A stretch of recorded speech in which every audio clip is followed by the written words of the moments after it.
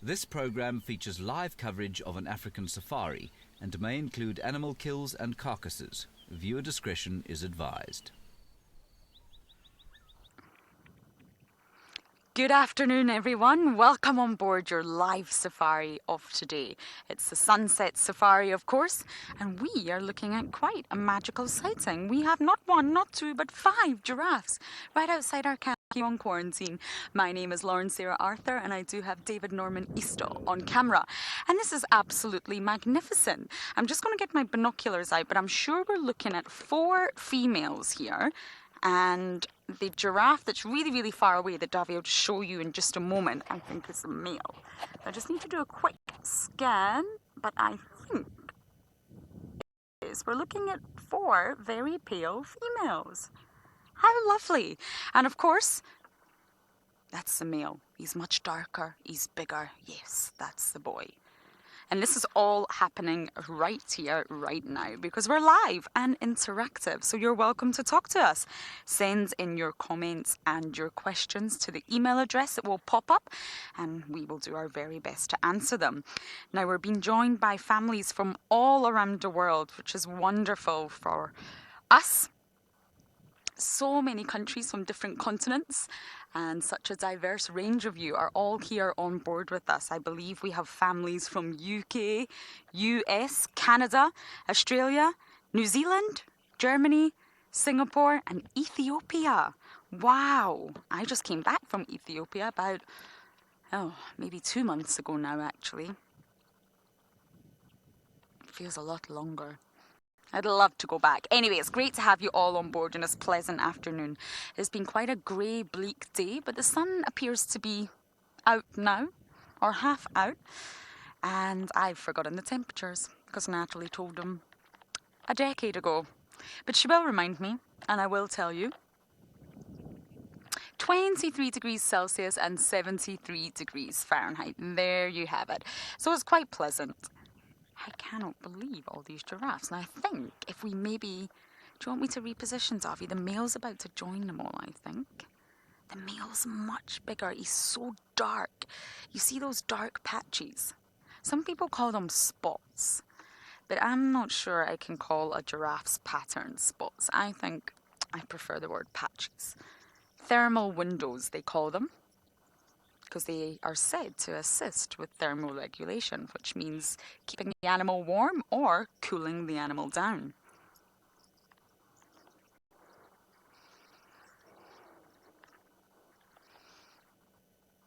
Luani, you're asking which ones are boys and which ones are girls. To be completely honest with you, the easiest way is to look at the genitals. I'm afraid a male giraffe's genitals is very, very obvious. They hang quite far up the belly. That's the easiest way. There's definitely a difference in size. The males are bigger, but you can also look at the ossicones. So the ossicones are those 2 protrusions. There we go, Davy's giving you a view of them, that are right on top of the head. And they're not horns. They're called ossicones. When a giraffe is first born, they're actually made from cartilage and they lie flat against the giraffe's head. Once the giraffe is a little bit older, they'll stand up erect like they are now and they'll begin to ossify. So that cartilage will turn into bone. And you can see this male is very bald on top. Can you see that? On the very top of his ossicones, he's bald. He's got no hair. That's a sign of the male. Now, if we were to look at one of the females, who's definitely smaller in comparison, she'll have hair on top of those ossicones. She will not be bald. You see that? Got a little tuft of black hair. That's how we know she's a female from a distance. But to be sure, always look at the genitals, I'm afraid. That's the best way. Sometimes young males could maybe be slightly confusing. They might have some hair on the top of their ossicones and they might be small. The genitals is the best way with giraffes. Sorry about the mast in the background there. The giraffes are just... I can't believe we've got 5 of them. It's not a common occurrence out here. And giraffes are actually listed as vulnerable, everyone.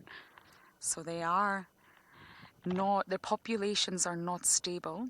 They are in decline, I'm afraid. So we may stay here a little bit longer with our giraffes, but of course I'm not the only one out today, and we are going to send you all the way across to andBeyond in Ngala to Eric, who has some animals with stripes.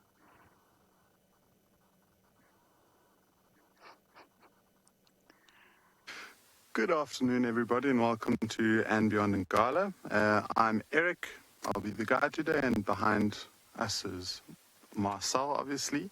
And we've got quite a special start for the afternoon, especially with the morning that we had. We've got this herd of zebra right in front of us next to the road. And on the road is the smallest one of the herd, a little baby, that's just literally for the last 10 or 15 minutes just sat on the road and it's just been watching us. And so I'm sure it's just trying to figure out what we are and what we're doing here. But it's really nice to see them so relaxed. And usually these zebra might move away from us, and we've given them lots of space, and they've just over the last 20 minutes or so just gotten more and more used to the vehicles. See, there are a few more on the left-hand side that seem to be coming back down towards the road. There they are. It's so nice to see them so peacefully grazing this area. And look at the marking, the one on the left. Did you see how they just picked up their heads? I don't know if you can hear that in the distance, but there's an Impala that is rutting. And the initial alert sounded like an alarm call, and the zebras heard that and immediately picked up their heads. And obviously, they need it for a whole bunch of different things. Lions, leopards, with a foal the size of this one in the road, can be quite vulnerable to a few different predators. So as soon as there's species, these zebras will be very alert. And like worked out that just the rutting of completely relaxed again head.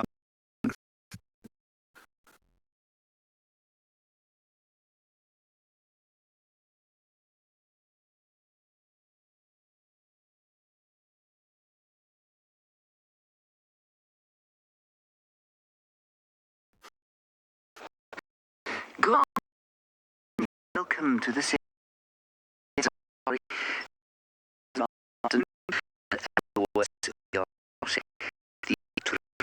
there, and if you look very carefully, you will be able to see the baby little grebe on the back of the mother. So an uber little grebe on the back of the little grebe. My name is James Henry. Hello. Owen is on camera. What happened to your new greeting? Can we have the new greeting, please? There we are. Good stuff. And we are looking at the little grebe here on Sunday afternoon. Remember, as always, first 45 minutes dedicated to the kids, so you can send your questions through to kidsquestions@wildearth.tv. We'll do our best to answer your questions. Anything about Africa, conservation, animals, I think we should probably limit it to those sorts of topics, and this is something really burning that you think I might be able to help you with. Now, yesterday we had 2 babies, and we were wondering whether when the third and fourth chicks would hatch. And at the moment, I can't see the other little grebe.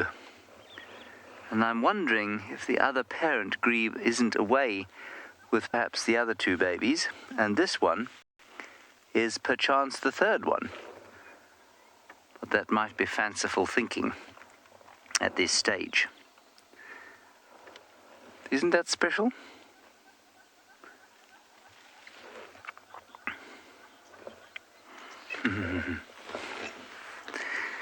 Hello, Chloe. You're just 6 years old and asking the inevitable question, do we feed the animals or do they hunt each other?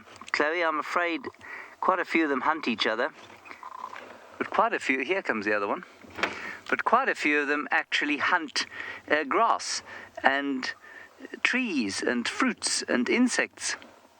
So, yes, some animals hunt each other, like the lions. They like to hunt. They don't hunt each other so much, but they hunt giraffe and buffalo and impala and that sort of thing. And then some animals, like these grebes, they'll hunt water insects, and sometimes frogs. And then an elephant will hunt trees or grass. Everything's got to eat, you see. It's talking to the other one. Listen.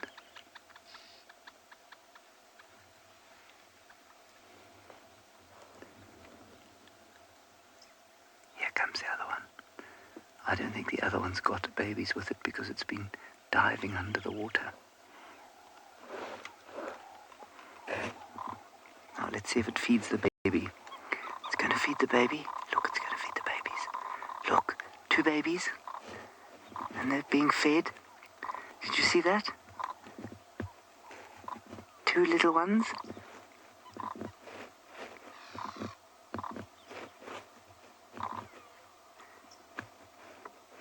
I can't see the other eggs. You see one egg. You see one egg. See, feeding there.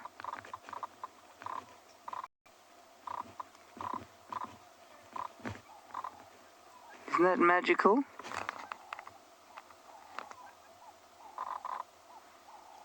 They're both feeding now.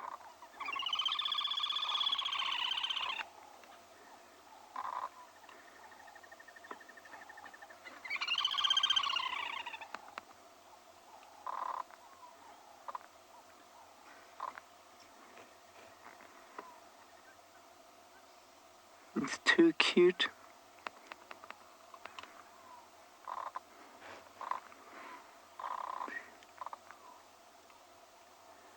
It's going to be a little bit tougher when there are 4 of them.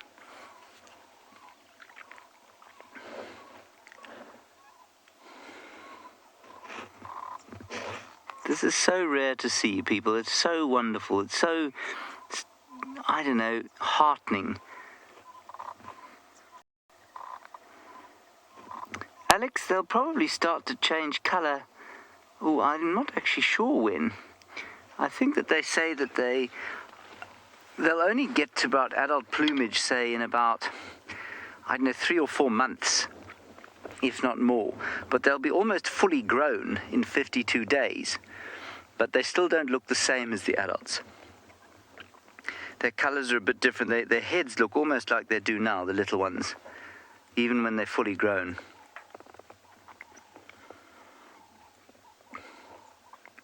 Everyone, that was a very, very, very special sighting.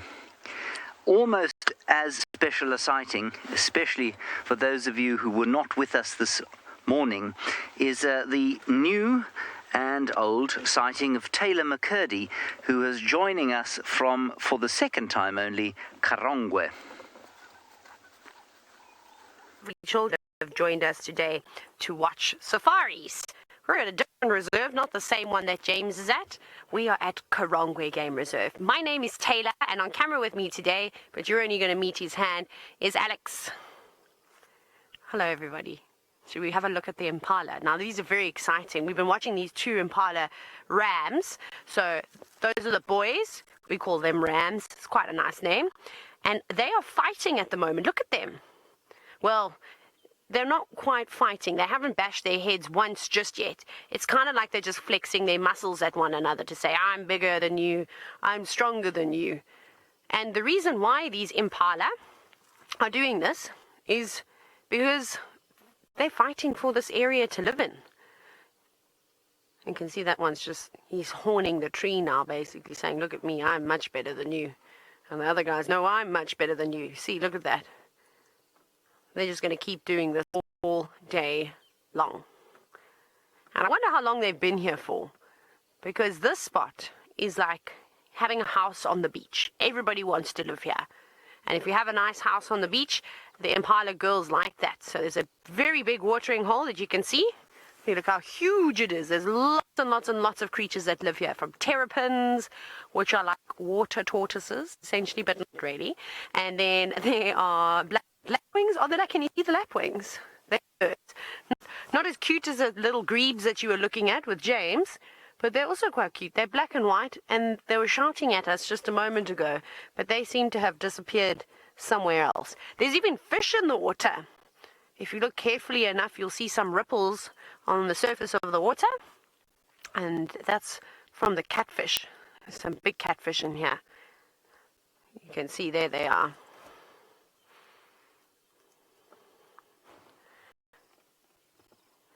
Now, Arian, you're 11 years old and you're wondering about the conservation programs in the area. Yes, definitely.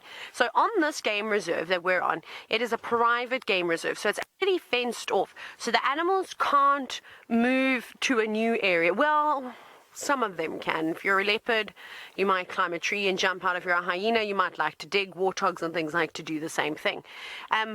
But what they have done here is they have introduced Cheetah, which is I don't know if you guys have seen Cheetah, but we were lucky we saw some this morning, and we're going to try and find some for you this afternoon. So Cheetah are a threatened cat species, and they have been introduced here, and so I suppose that's a bit of conservation. They also have some wild dogs, African painted wolves. They've got a variety of names, which is another endangered species. They're up in Bomas at the moment. They're new to the reserve, and they're going to release them. And then there's kind of like volunteer programs and all sorts of things. But remember, on a game reserve, it's got to do a lot with conservation because we're protecting the wildlife. So basically, lodges, like here at Karongwe, there's a whole bunch of different lodges.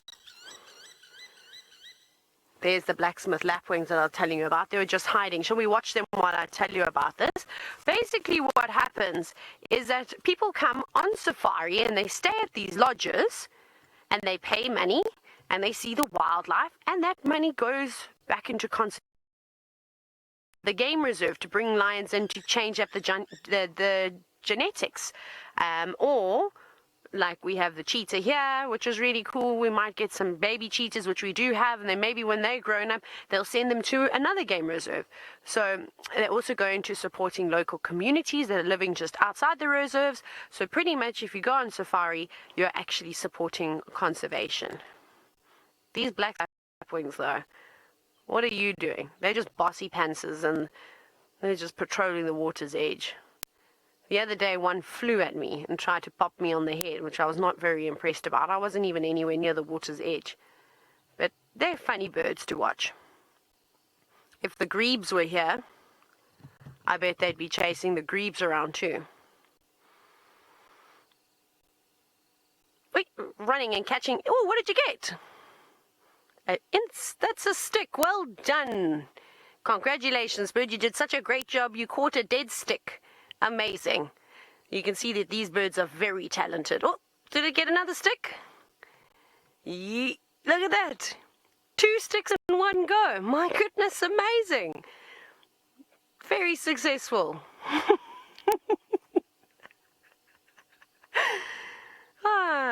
I think that this bird needs a bit more practice. They normally like to eat insects off the water. Anyways, an animal that's probably not going to do any hunting is the tallest creature with Lauren. I'm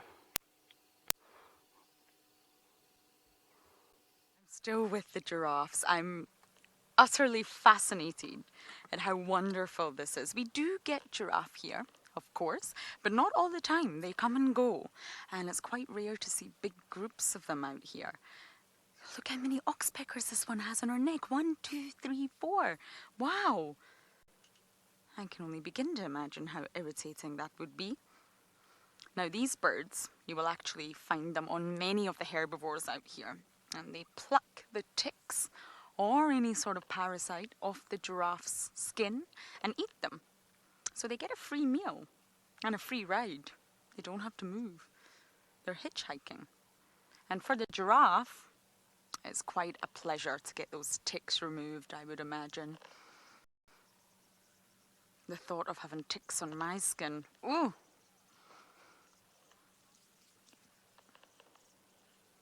Makita, you're 12 years old and you're asking why do they have blue tongues. Shall we go forward a little bit, Davi? Are you happy? Okay, Davi's happy here. They're actually black tongues. And this is due to the melanin that's in the tongues. And it was always thought that they had black tongues, really long black tongues, around 45 centimeters, which is about 15 inches, to protect them from the sun. The more melanin you have in your skin, you have better protection from sun exposure. But this really doesn't make sense if you think about it. Really. I mean, they do stick their tongue out to get some food. But it's not for a long time. They really don't have their tongue out for a long time. So does the tongue need to be black for sun exposure? I don't think so. So the melanin actually causes the tongue to be very, very thick, and this one's got his head through the branches. Can you see that? Hello, beautiful. So yes, it makes the tongue very, very thick and almost rubbery, and it's actually protection from the vegetation that they eat. They eat a huge range of foliage, and some of the trees or shrubbery may have thorns or spines. So the thicker and sort of more rubbery the tongue is, the more it will be protected from any nasty thorns or spines as they're eating. And that's why a giraffe's tongue is black. And it's very long, of course, to help them reach all those delicious flowers and leaves that are maybe in those tricky places. So they can just stick their tongue in and grasp whatever they want to eat. Oh, how lovely. I think I'm going to let our lovely giraffes be for now, see what else I can find. And as I do that, we are going to send you back to Eric with his zebra.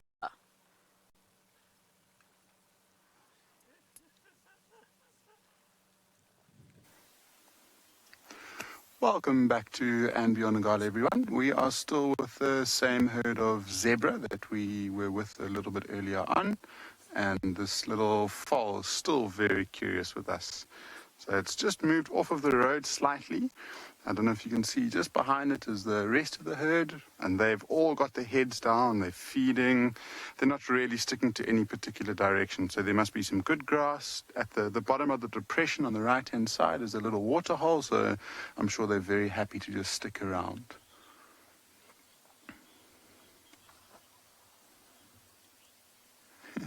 So Grace and Evie have just asked what time do the little baby zebra go to bed.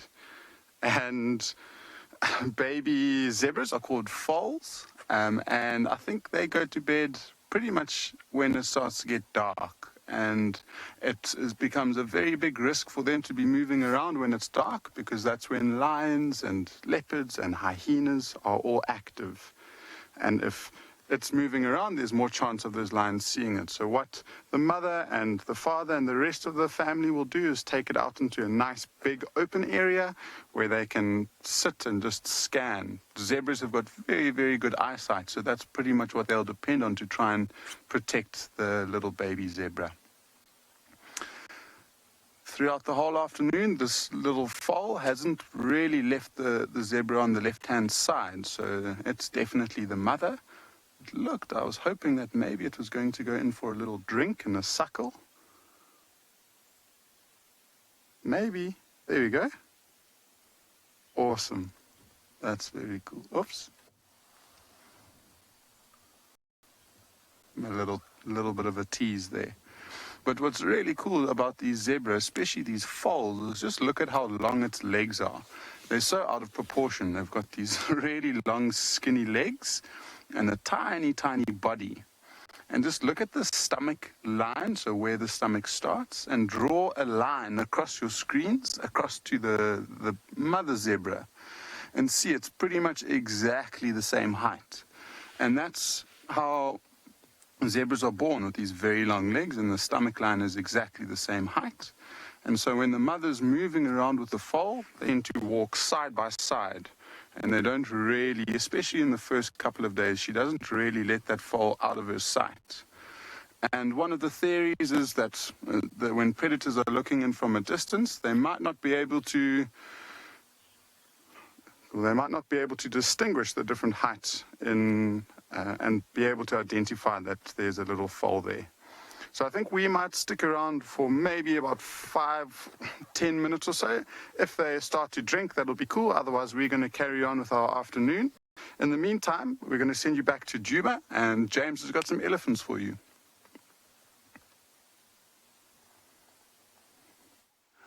We've got a Birchall starling. No, it is a greater blue-eared glossy starling, and it is observing a herd of elephants. And this herd of elephants is having a wonderful dust bath, flinging sand on one another and on themselves. One of them seems to have decided it's all a bit too much and is having a lie down sort of, you could just make it out, lying between the legs of the big cow we're looking at there.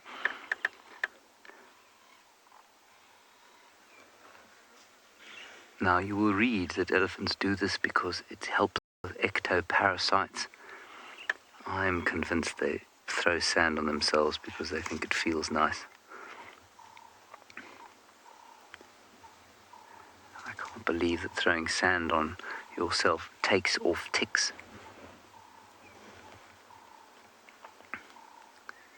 Hello Ariel, you're age 16 and wondering how one becomes a safari guide. Well, there's no one way to become a safari guide, and I'm wondering if you're in South Africa or if you're in another part of the world. If you're in South Africa, there are lots of different places that you can train to be a safari guide.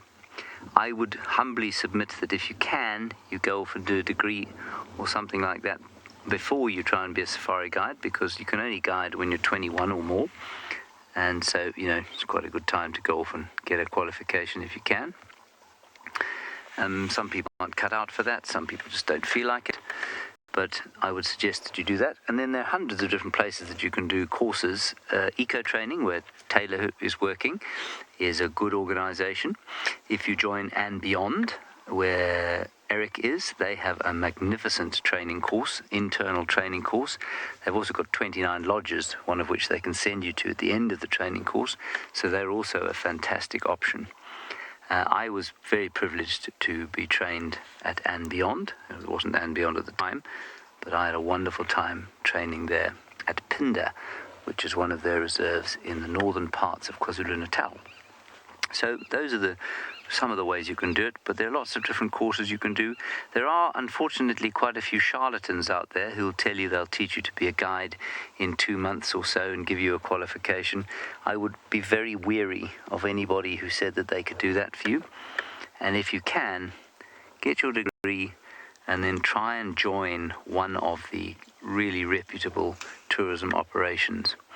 And also, spend as much time as you can in the bush, and spend as much time as you can learning about nature.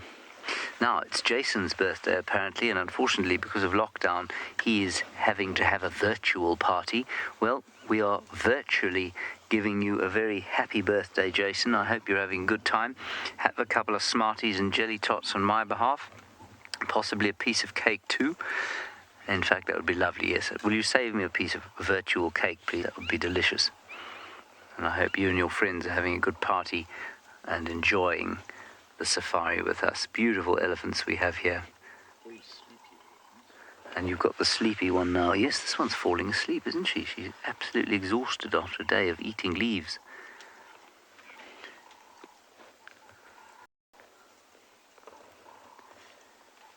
All right, we'll sit here for another few minutes. You're going to go off back to Karongwe, where Taylor is sitting apparently with some giraffes.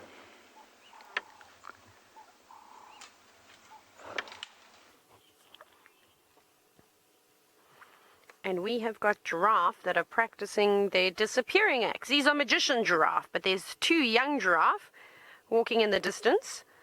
Alex, I think we're going to now have to try and get a better view, hey? What do you think? Or is that giraffe going to take 2 steps to the right and show us its beautiful face?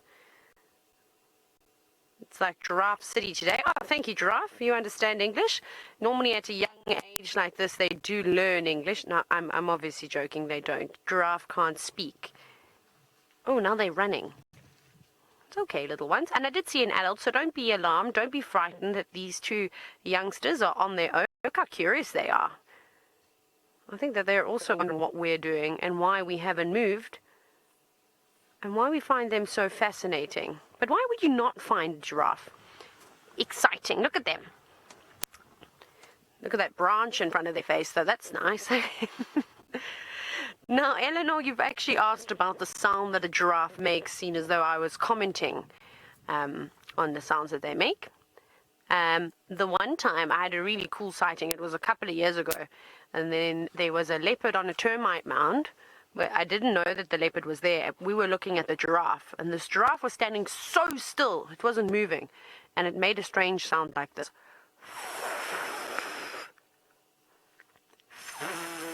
Okay, not like that. It didn't really do that. So unfortunately, giraffe don't have vocal cords. So the things that allow us to speak, there's an Impala running between the Impala now. So they've got very underdeveloped vocal cords, and so that means that they can't produce sounds. So they can make little snorting sounds and things like that. And then they recently discovered at a zoo that they can hum. So, but we can't hear them humming. It's also very, very low sounds that we aren't able to hear. So they communicate, they talk to one another through body language. And they're constantly looking around. They've got those lovely long necks that start at that shoulder. Well, when these ones are a little bit bigger, they'll be able to see over the tops of the trees. But right now, you can see that one's looking at us, and then it looks away. And then it looks at us, and then it looks away.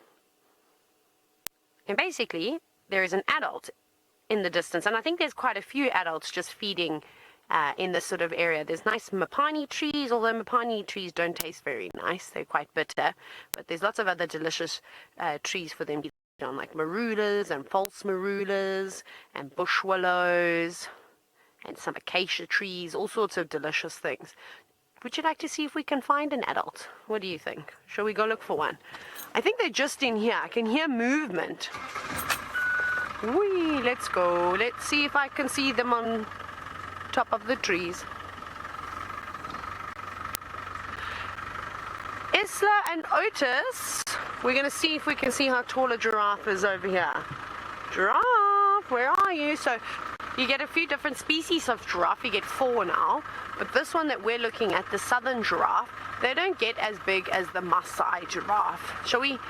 Isla and Otis, how big do you think a giraffe gets? Should we ask you, what do you think? Like, how many of you do you think you have to put on top of one another to get to that? There it is.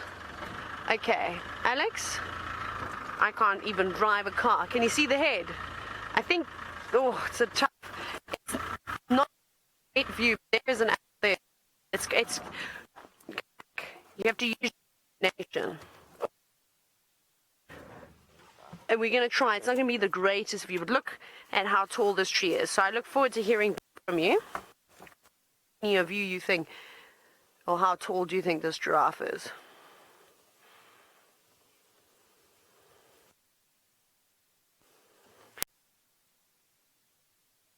Hard to see, hey? I think we're behind the trees, unfortunately. Somewhere in there. Emma, if I go back more? No, sorry, I'm trying to shake the car, but unfortunately I'm not here. Okay, it seems like we're not going to see that tall giraffe, but we're going to find some more for you. And then Lauren is going to have to show you how tall a giraffe is. James has got an animal that is not quite as tall as a giraffe, but almost.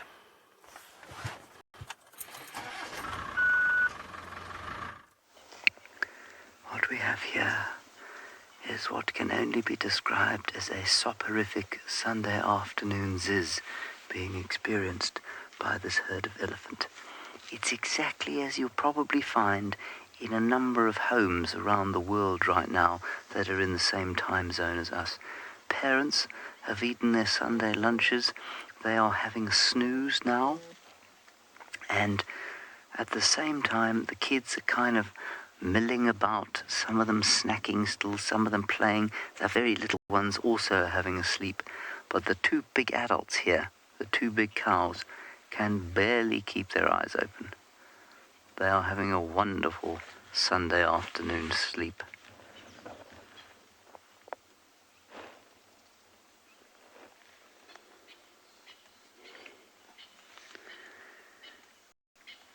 Ellington and Graham, elephants have got wrinkly skin, we think, because it helps them to lose heat when it's really hot.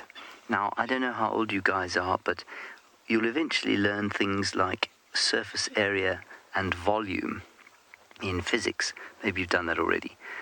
And the surface area to volume ratio is increased by floppy or wrinkly skin, and that just means they lose heat a little bit more quickly than they would otherwise. Now, you don't have to remember that. What you need to remember is that the bigger an animal is, the more difficult it is to stay cool. That's why these animals don't have any hair on them. And so by having that wrinkly skin, it just helps them when it's really hot to lose heat a bit more effectively. There are a number of ways they do that.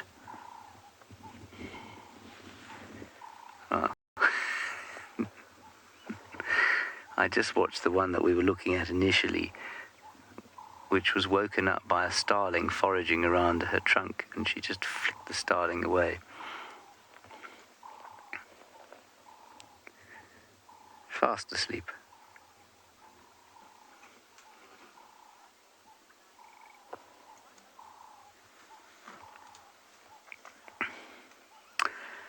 Well, Elijah, it depends really on how you define an elephant's prey. Elephants are very good at catching prey because their prey can't run away. Their prey is bushes. So, yes, they're very good at catching prey in as much as you and I would be good at catching the same kind of prey. They eat grass and tree leaves and bark and seeds and fruits and roots, none of which are very good at running away from them. And so, yes, they're excellent at catching their prey. Probably even better than lions at catching their prey, because lions' prey, of course, is able to run away.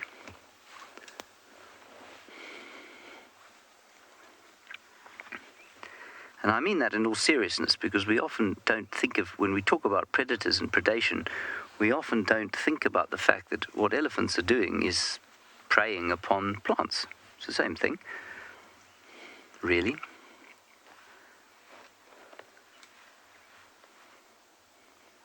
Ecologically speaking, anyway.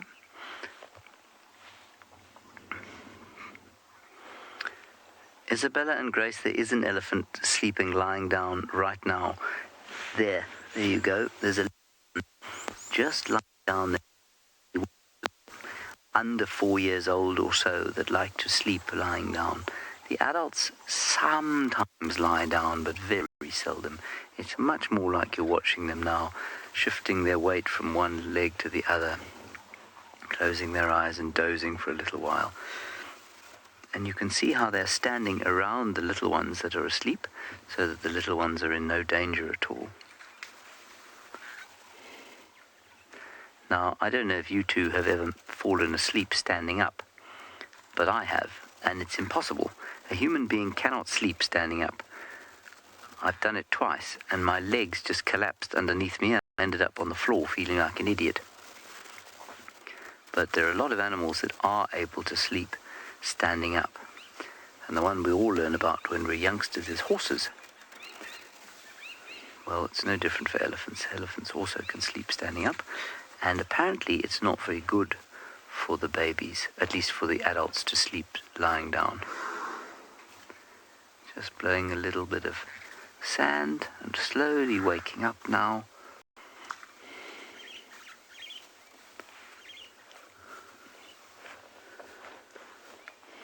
Now, Daniel, elephants flap their ears mainly just to cool the blood that's flowing through their ears.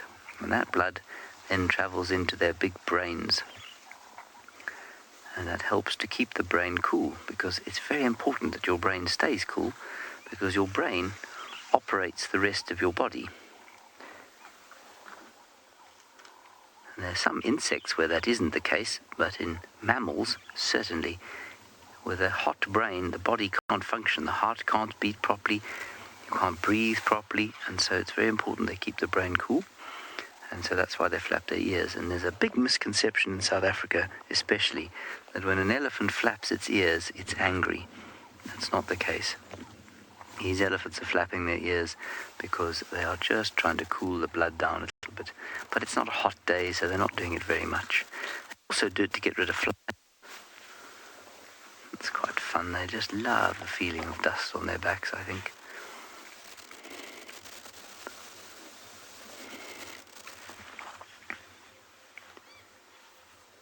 And the babies are fast asleep now. Absolutely fast asleep. They won't sleep for long. Maybe half an hour or so, I think they'll be allowed. And then they'll be asked to get up and keep moving.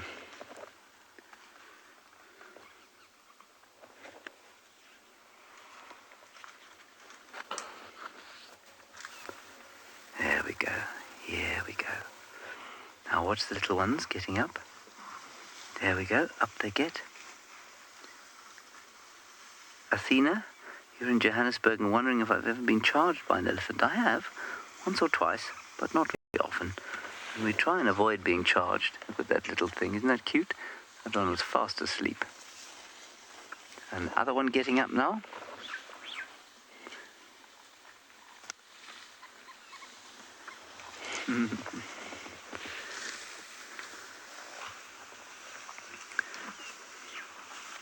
And now they'll go off and feed. That was spectacular. Wasn't that lovely?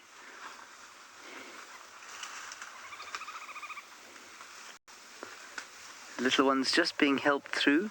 And now they're talking.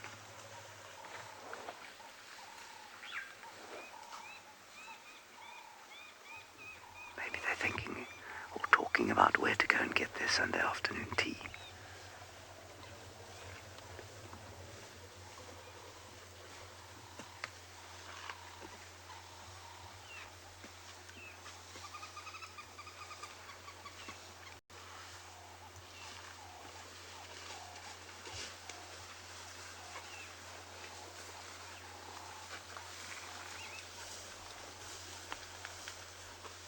Such a lovely sound of them moving.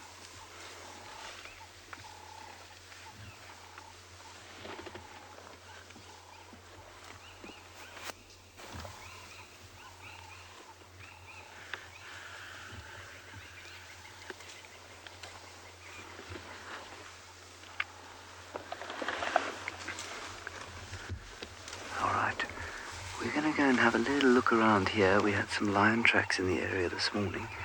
We might come back to these elephants, but while we do that, let's go over to Eric at andBeyond Ngala.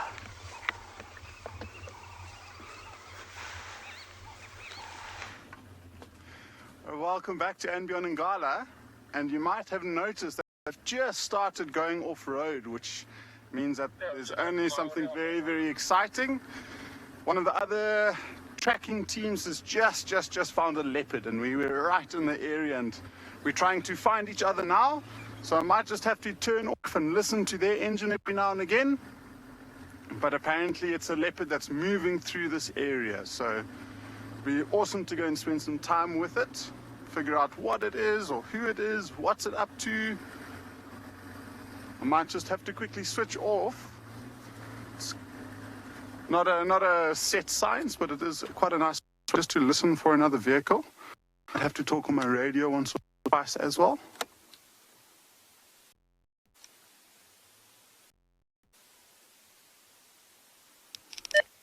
Are you mobile?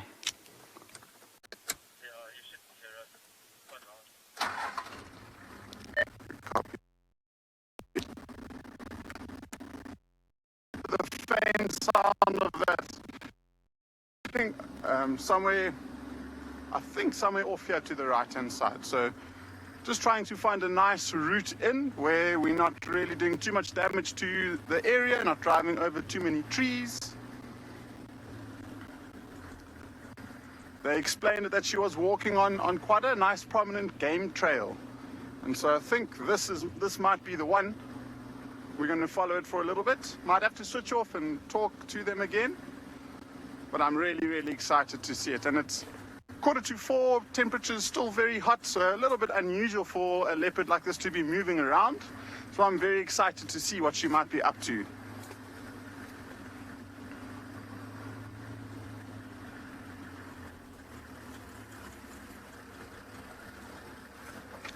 So Poonam, who is 7 years old, has asked what is the best time to visit South Africa. And the safari business operates all year round.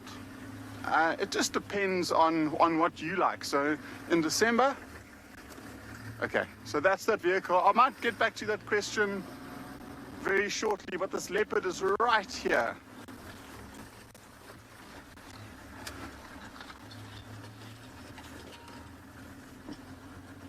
We might even try and follow them through. I'm worried about the camera.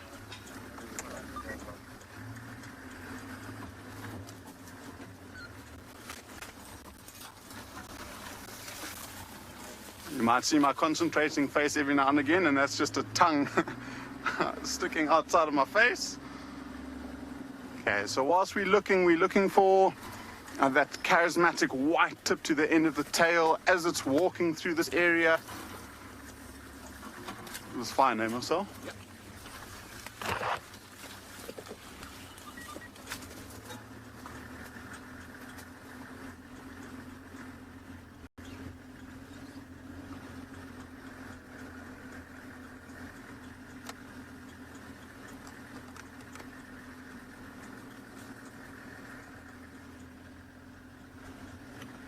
It does start to become more and more open. Okay. So just so everyone knows, that 45 minutes of the kids session is over. We encourage all of the kids to stay, obviously, especially if there's a leopard just around the corner we can show you. But we'll be opening up all of the questions to everybody else now.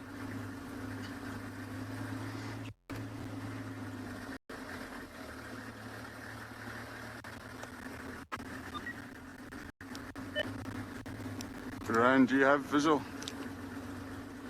Yeah, she's walking right in front of our car. So, stand by. There. I think she might see her through the plumes now. Copy it. Okay. So I think she's going to be coming out. The other vehicle managed to find her again. I'm going to park us in a spot where we can see both down to the left and to the right of us. Okay, so I think the best thing, we've looped around the rangers that are following her. So Sachi, we've been looking for this leopard for the last 5 minutes, and I mean, it's not easy at all, and we know that she's right in here somewhere. If you don't know where they are and you have to try and track them down, it can become very, very difficult. And one of the reasons why they are so difficult to look for, Sachi, is they are... Yeah, so drive... Sorry, give me a second. Audio. But try come just northeast of me.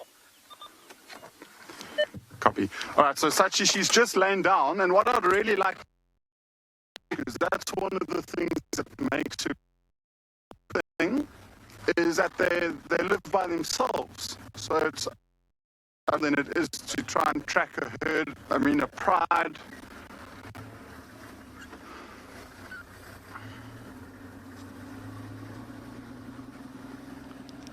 So from where I am, you just go south. Okay, so whilst we're trying to coordinate and find each other in the bushes, we are going to send you to Lauren, and I'm sure we'll be back shortly.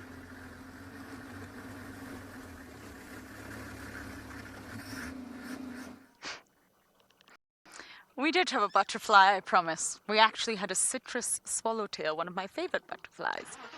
But unfortunately, that butterfly has fluttered on by.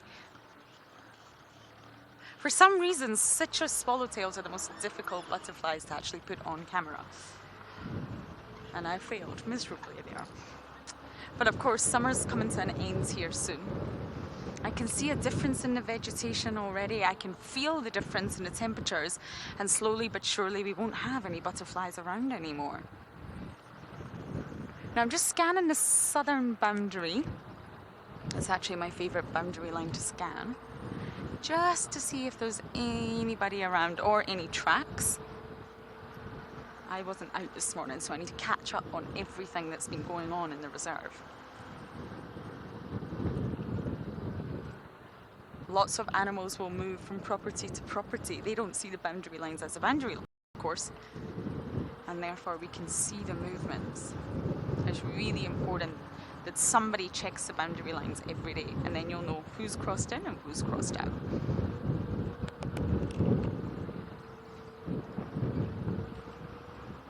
But I do want to see ribbon today. I almost forgot the cubbies came out yesterday. I cannot believe it.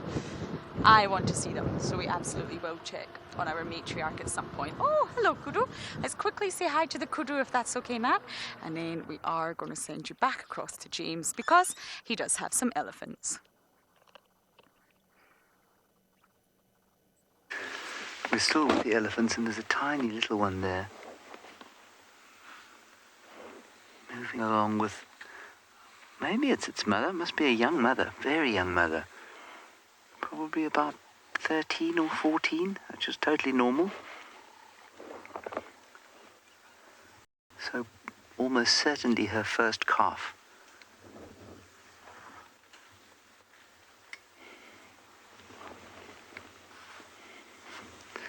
I'm going to move forward slightly. There's a little bit of action going on. Bit of conflict. Two of the big cows having a small argument.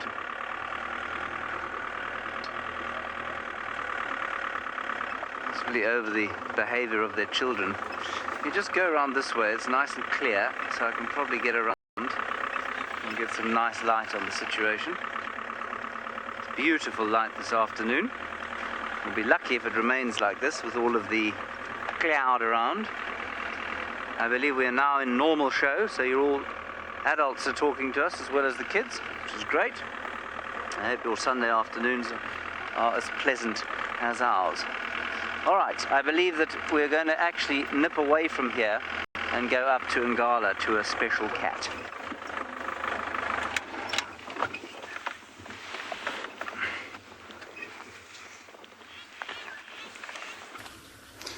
So we've just managed to find her, and she's still on the move, which is incredible. And Sachi, if you're still listening and watching, just look at how quickly she disappeared there. It took her a split second. She went behind one blade of grass and she practically disappeared. Luckily, we've still got her because she is moving, but she is heading down towards a drainage line or a dried up riverbed, which will be quite difficult for us to get to there.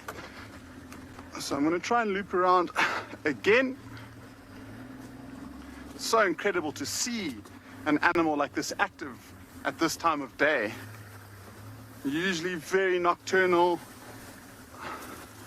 We're coming up to a road now, so hopefully she crosses. There she goes. She's darting away from us and down into that drainage line. I wonder if she didn't feel a little bit too exposed being in this open area, so she decided to just quickly run across down into that drainage line, and now look, she's walking completely relaxed. I thought she might have been a bit nervous of us, but she's completely relaxed again now. And look at the white tip to the end of the tail, so something that we notice incredibly nicely with leopards, and it's just flicking from side to side as she's moving through this area. Sure.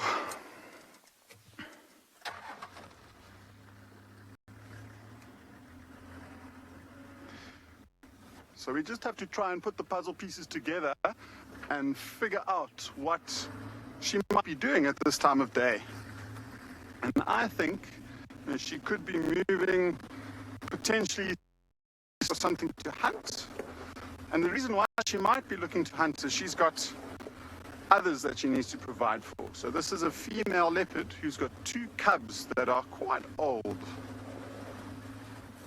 Not quite skilled enough yet.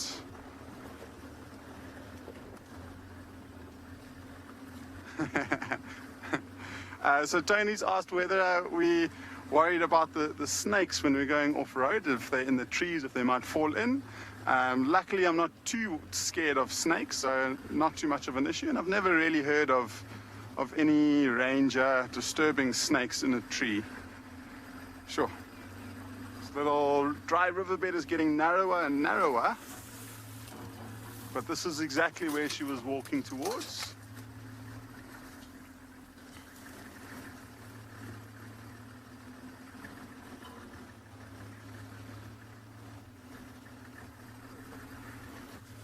This is as far as we can come, and I'm just going to stop here. We did just have a kudu that was very, very close to the vehicle, and by the looks of things, that kudu has absolutely no idea that a leopard is nearby. It was completely relaxed. It was feeding. As it saw us, it's moved a little bit more into the bushes. A kudu like that is a little bit too big for a leopard to hunt. And so if a leopard saw that kudu, it probably wouldn't really even try and make an attempt. Do you want us to leave? Turn on. Maybe just check on the northern side here. We don't have any visual from here. So as soon as that kudu sees that leopard, it will start alarm calling at it. And it's such a characteristic call, we'll know it exactly and know exactly where that leopard is. And we're just going to sit and wait. We can't drive any further in this drainage line. It's just too tight. Banks are too steep on either side, so we'll just hopefully see. We can see behind us, we can see in front of us, and just hope in the next 2 or 3 minutes we might be able to see something crossing. Okay, so as we're waiting, a beautiful view. Hopefully we get to stick around a little bit more. We're going to send you back to James with, I think, who's got elephants at the moment.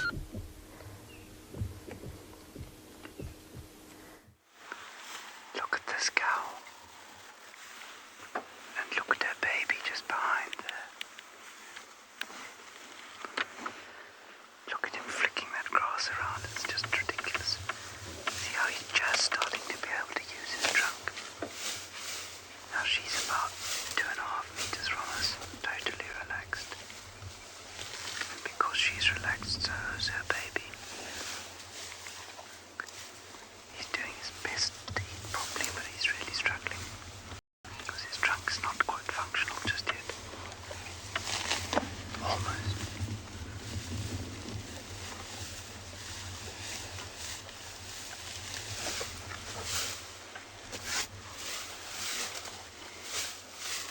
Scratching the ear, shaking off the dirt.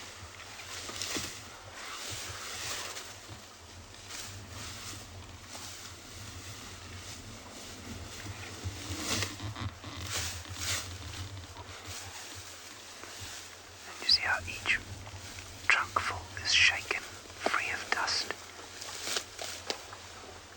Shake and in.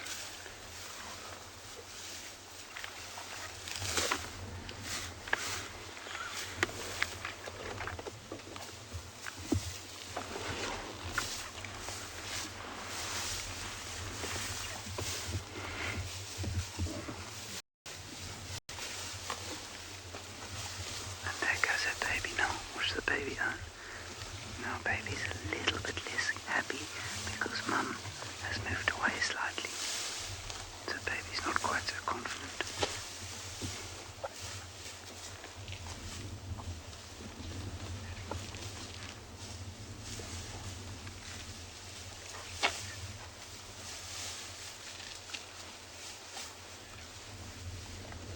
I'm told by the final control that my wife is enjoying this very much. Well, that's good news. At least she is. That should get me a little bit of credit by the time I get home.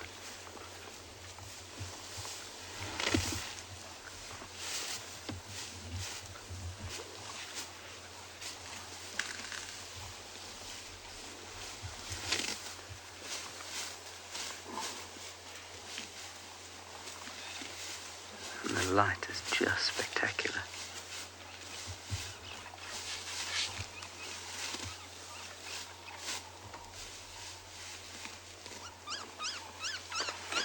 It's a white-crowned shrike you can hear calling.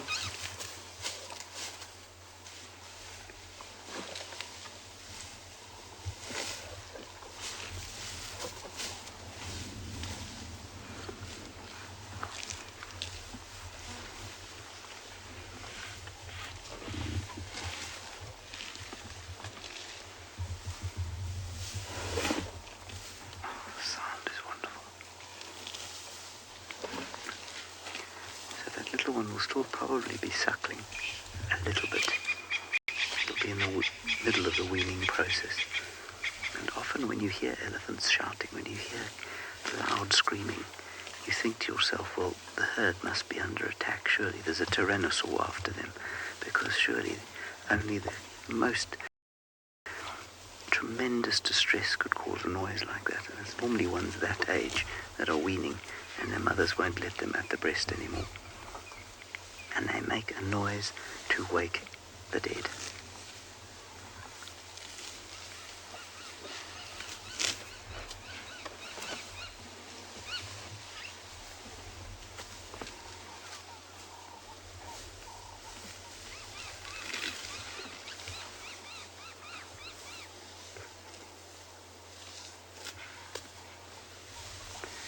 we'll swing around to the right-hand side there, because our cow is about to relieve herself, and nobody needs to see that.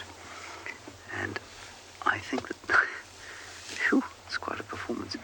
I think that the one we're looking at now is most likely the matriarch, and I think you can see quite clearly that she's pregnant. Is this not the one we had last week? I'm not sure, but she's very pregnant. You can see that swelling on the side. And a lot of you were convinced, I think it was last week, that we could see the baby moving inside. I wasn't convinced myself, but maybe. It's a big bulge, yeah. There's movement there, but I think it's the mother.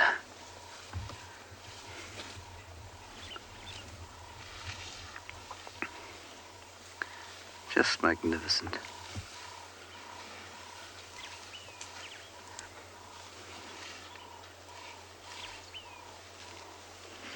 Good. Well, I think we'll probably move on now unless something else spectacular happens in this particular area. Let's now go across to Taylor McAdee at Eco Training at the Karongwe camp.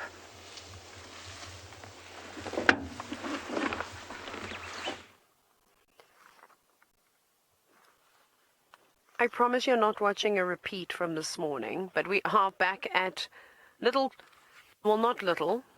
We've got Mrs. Golden Orb Web Spider at Karongwe. This is what are we going to dub the spider, Alex? Because this is the same one that we looked at this morning, which obviously all of you, that we are back in the area of the cheetah. And that's what we're waiting for. Alex and I have high hopes that we are going to be able to do a focus pull, and then the cheetah will just miraculously appear behind the spider. So we shall sit and wait for the next however much time we still have of the show. But I don't think that that's going to happen. Anyway, wishful thinking, but I think I'm definitely going to pay the spider a visit every time I come down here. So anyway, she's not working on web. I think she is in pole position, hoping that some unsuspecting insect is going to get trapped in her web. Ha. Kayla, you know what? That is a fantastic question you've just asked. Do spiders urinate? Do you know what? This is what I love being a safari guide, and I love having questions from people all over the world. I haven't got a clue. I don't think so. I don't think that spiders urinate. I don't know. I'm definitely going to have to do some research there. Or, I mean, somebody is going to hashtag WildEarth on Twitter. And if you feel like doing it, really nice. I don't know. Have I ever been urinated on by a spider before? Now you've got me thinking. Let me close my lid. My little... Oh, no, let's not do that. It's going to break that. Okay. Let's carry on for a little bit. Kayla, now you've got me thinking, and now I just want to whip out a spider book and do some reading. I do have a little mini spider book with me. I don't know if this is going to tell me about whether spiders urinate or not, because if I go to the... if I go into the index and I look for the word... No, doesn't come up. Venom? I don't know. I'm not sure, Kayla. Let us look for the cheetah. I think I probably know a little bit more information about cheetah than I do about the urinating process of spiders, but I'll come back to you because that's quite fascinating. So, we're going to keep driving and going very slowly. You see, the problem is here. Alex, please can you just show everybody how the cheetah would camouflage very well with the color of the soil and also the also all these rocks here. Look at that. Now, if the cheetah was laying on that, if you know me well enough, you know I'd just drive straight past it. Sometimes I question. I'm not sure. They for those young to bound about and chase one another and climb on the rocks and do all those magical things. Can we have a look at these plants, though, that you just happen to be zooming on in? The green, luscious one that kind of looks like grass, but it's not. This is a baboon's tail, or a black stick lily. So if we were to find the cheetah, we most certainly would not be driving over these. These are one of the plants that you've got to be very careful of. They're not a very fast-growing plant. They're quite slow-growing. But they do get a lovely flower, and I saw one. I don't know if we're going to be able to see it. No, it wasn't here. It was in another spot. It looked like it was getting flowers. But anyway, for most of the year, they just look like black dead things sticking out of the grass, of the ground. And the flower, is that a flower? The flowers are normally white in color, quite long as well. I don't know if that's a flower there. I don't know what's happening. Oh, well, anyways, we've got many days to come. Hopefully they'll get flowers at some point. But and sort of traditional folklore, as I know that the Shangaan people will plant this plant quite close to their house because it supposedly keeps away lightning. Honestly, I feel like harvesting a whole bunch of it right now because I don't like lightning very much. And I did hear some rumbles of thunder. And normally with thunder comes lightning, and we've had some spectacular storms as of late. I don't know if it works or not. I don't know if I'm going to try and do it either. Maybe one day. That might take a while. And I just did my nails, and I can't dare get them dirty. No, I'm just joking. I never get my nails done because I'm a safari girl. Let's carry on. Let's keep looking for these cheetah. I want these cheetah. They must learn my voice. They must learn how amazing it is. And when I talk, they must come running to me. Every safari guide stream. Oh, forgot to tell all of you, we saw a hyena this morning on the way home. And we don't have any signal there, sadly. So I can't even take you there. But I am going to see if there is signal. Can you quickly zoom onto that rock? Can you see that rock over there? That one. Is that a giant plated lizard? Yes. I'm just going to show you a cool reptilian. That, everybody, is a giant plated lizard absorbing all the heat on this rock. But I'm sure we're going to see many more of these beautiful creatures. Off we go back to the Sabi Sand, which is actually not too far from here.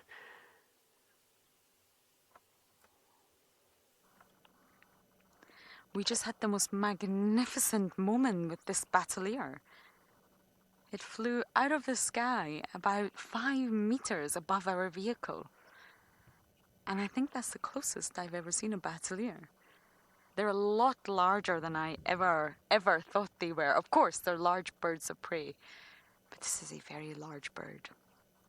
It's a female, and I'm more than sure the male is not too far away. Normally, they're in visual range with one another. Their eyesights are, of course, a lot better than my eyesight.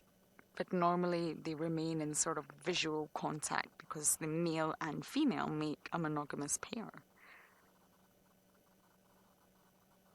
Aren't they just stunning? They're definitely one of my favorite birds of prey. One of them. I can never choose just one. Davi wants to get closer. Should we risk it? Okay, we're going to risk it. But sometimes they can fly off once we edge that little bit closer.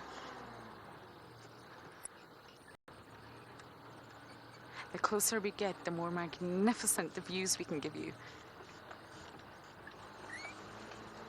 Okay, Missy's Bateleur.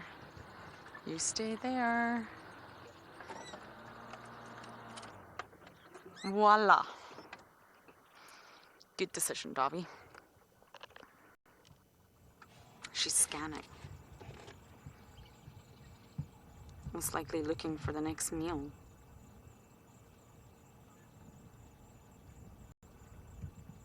They actually spend about 8 to 9, somewhere in that region, hours a day in the air looking for food. They're very much aerial hunters, and therefore, when they perch on the branches like this, it's time to rest.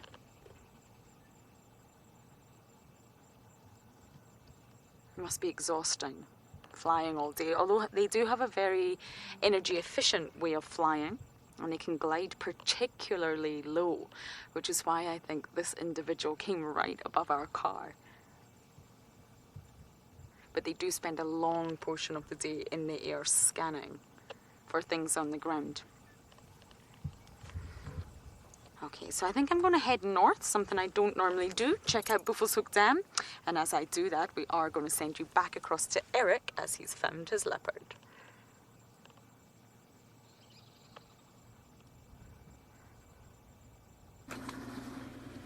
So we have been getting fleeting glimpses of this leopard still, and she's just about to come out into this open. This might be the last view we have of her, so everyone concentrate really hard. I can see the movement behind the bushes. Oh, she's walking away from us. She was looking like she was coming straight down here. But maybe see her, can you see her through there, Marcel? Just, yeah. She's stopped there briefly. Might just be able to see the tail swishing from side to side. So that's the only view that we have of some spotted legs, I believe, is all you can see. But what she's doing there, she's just, as she's got a view of the riverbed, she's just stopped and she's just listening and watching to see if there might be something that she could be able to sneak up on.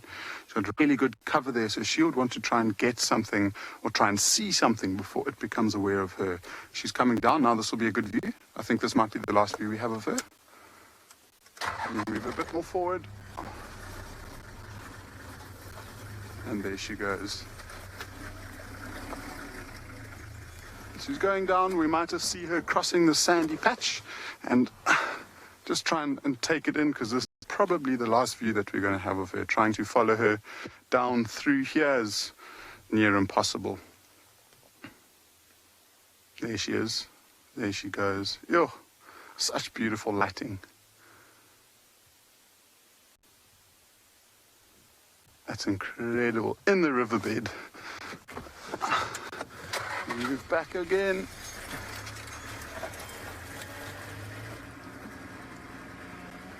Maybe a nice long distance view from here. How's that, Marcel? Sort of. Kind of. Yeah, so just wait for her to come through the tree. And so we were trying to figure out her movement, and she's been moving quite sporadically, so zigzagging back and forth, up and down. She's been pausing and stopping and smelling, and so I think she's probably trying to find something to hunt at the moment, which is a little bit unusual. Like you're saying, leopards are mostly nocturnal, and maybe she's just trying to get an early start. If she was perhaps maybe returning to her cubs, she would have a very good idea of where she left them, and she would walk straight down. Larimore trying to, or just saying that you're loving the tail tip, and me too. It's one of the very cool things about leopard is how that white tail stands out so much and how it moves from side to side, and it serves for a few different purposes. So if she's got her cubs around, she will be able to use that white tip as something that stands out a lot, and the cubs will be able to follow her. And then also, I'm sure there's a lot of communication that happens, so they don't have to vocalize. So she can flick her tail and tell the cubs to sit down, and that's without having to turn to them and talk to them. So it's not giving away their position. Sure, that was very cool. She made us work hard. We initially got a very, very good view, and I think just seeing her walk straight down that riverbed is such a special sighting. So I think we're going to let her do her thing and we try and find something else. We've had a good day so far. Hope it's just going to get better. So we'll start heading down towards the riverbed, maybe see if there's anything that's be heading to water in the late afternoon. I hope everyone enjoyed that leopard. I certainly did. It was also a lot of fun trying to follow her through these bushes. Marcel.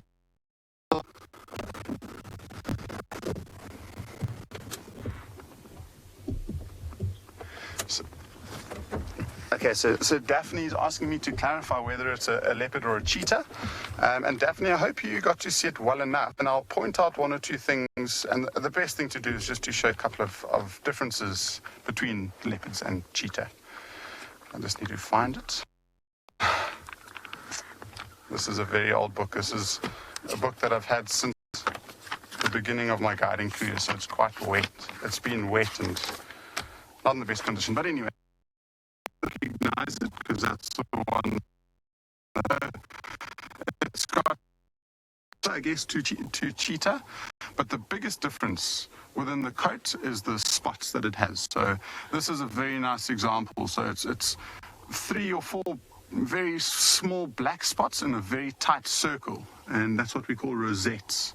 And leopards will have rosettes on most of their body, and then spots on the 4 legs and the back and the tail, whereas a cheetah will just have solid polka dots all over here.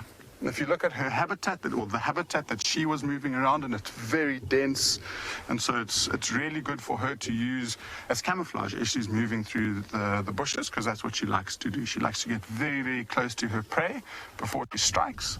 Whereas a cheetah, I'm sure you know, Daphne is one of the fastest animals in the whole entire world, so it relies on nice big open spaces to run. And so I'll flip over to a cheetah now, and this is what a cheetah looks like over here.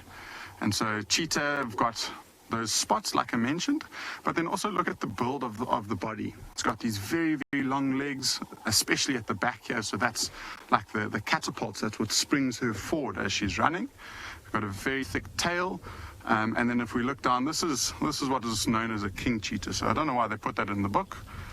And there is the tear marks that go down there. So those are pretty much the main defining features.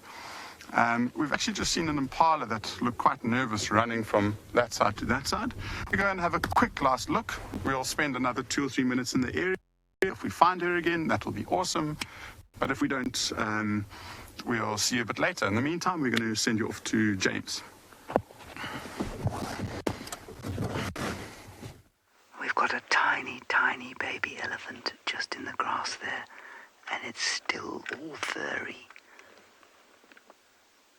It's very relaxed. I'm just going to try and sneak a little closer. It's so tiny that it's below the height of this grass.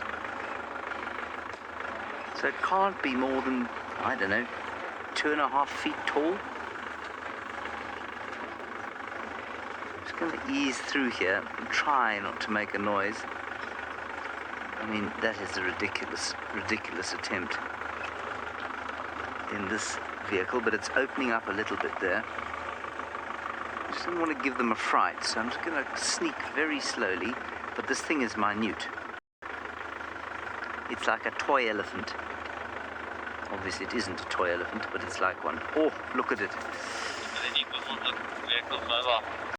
You got it there? Look at it. It's such a tiny little thing.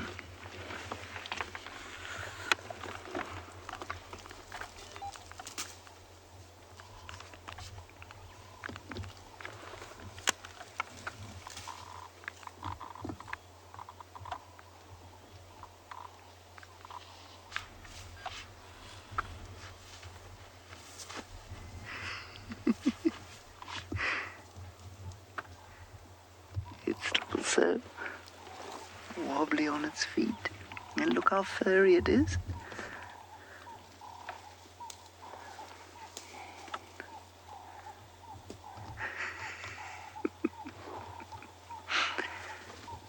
Now that thing is on an entirely milk diet, so whatever it's doing now with its trunk is purely for playing. That's a couple of months old, if that. It's in all likelihood going to fall over if they turn around and try and go down that bank.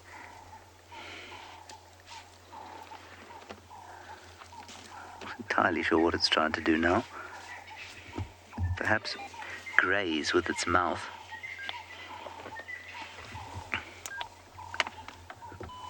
No, Anya, they don't. They actually use their mouths to suckle. So when this baby wants to suckle, she reaches up. Look, we might do it now. No, they reach up with their trunks. Not with their trunks, with their mouths and suckle.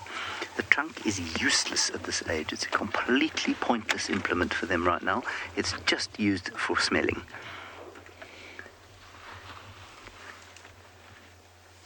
Let's move a little bit forward, because I think they're probably going to cross over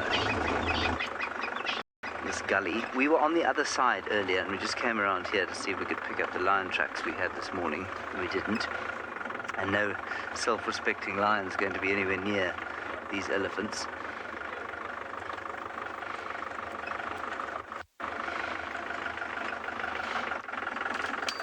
How's that, Aaron? Now, the old adage is that if an elephant can fit under its mum's belly, then it's less than a year old. Well, that thing's well less than a year old.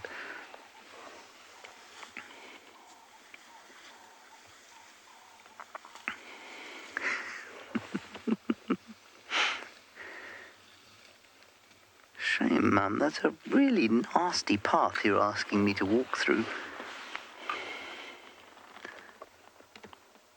And a very steep bank that I will probably roll down.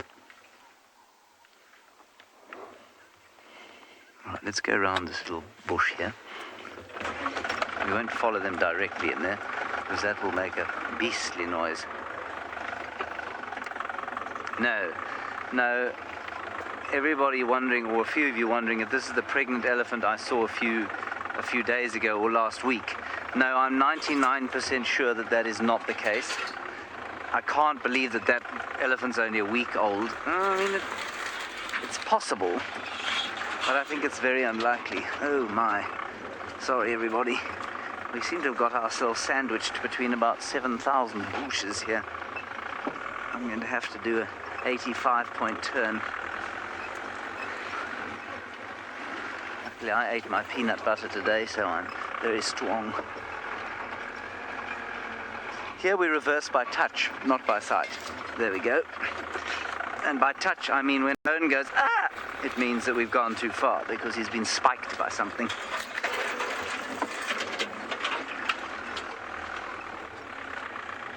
Right, let's just go very carefully through here.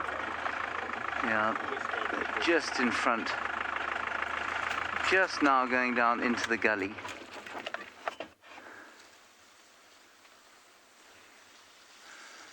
You could hide a Boeing 747 behind that bush, so there's no chance we're going to see the little one in there. But there's a whole herd following up behind the other herd, which is quite fun. Cool. Well, that was exciting, wasn't it?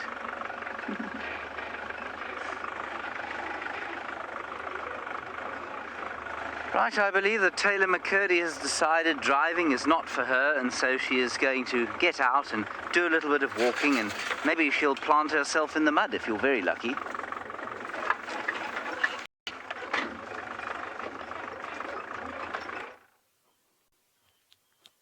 Hello. I can still hear Natalie. No, Natalie, wait. I can, yeah. Sorry, I'm still getting used to the whole thing. Let's try and focus, Taylor, focus. Okay, so what we're looking at, I can't see my monitor now. This is also difficult. Are you on the little white thing? Okay, we're going to go to where my hands are right now. And because I wanted to show you something else, as we were driving past, still just doing a little check, I came across this blade of grass, and you can see the seeds that are all nicely tucked together and stuck together with a bit of silk. Now this is the home of a jumping spider. Now some of you are probably thinking, oh, but jumping spiders, they don't really spin webs, they don't do this kind of thing. But it's actually a little jumping spider nest, and when I turn this piece of grass, I promise I'm being as gentle as possible, and I look inside the tiny little opening which you cannot see, I can see a whole bunch of little eyes looking straight at me. So saltitty days are my favorite of all this, living in there. So it might be female, and she might have some eggs hidden. Probably leave look after them until they all hatch. I've never seen tiny baby jumping spiders before, spiderlings, but I would imagine they'd be adorable. Just going to young Kate's question about if spiders.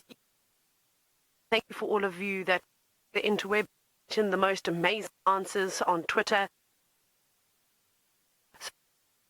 Never been peed on by a spider, so we can say, right, that happened. What's happened? You can't hear me. Can you? No? Sorry, everybody. You gone? Back? I'm not going to move. I'm going to stay like this. I'm not frozen. Alex is now telling me that I have to just do the rest of my segment. So just touch, I'm just basically just going to hold whatever I'm touching right now. That seems to be working. I'm now a robot. And I've got tape. This is really difficult for me to stand like, oh my goodness. Maybe I have a new career. Perhaps I can go and stand on the streets somewhere painted in gold or silver and just pretend to be this person. Anyways, what I was going to say is that they do not urinate in the way that we do.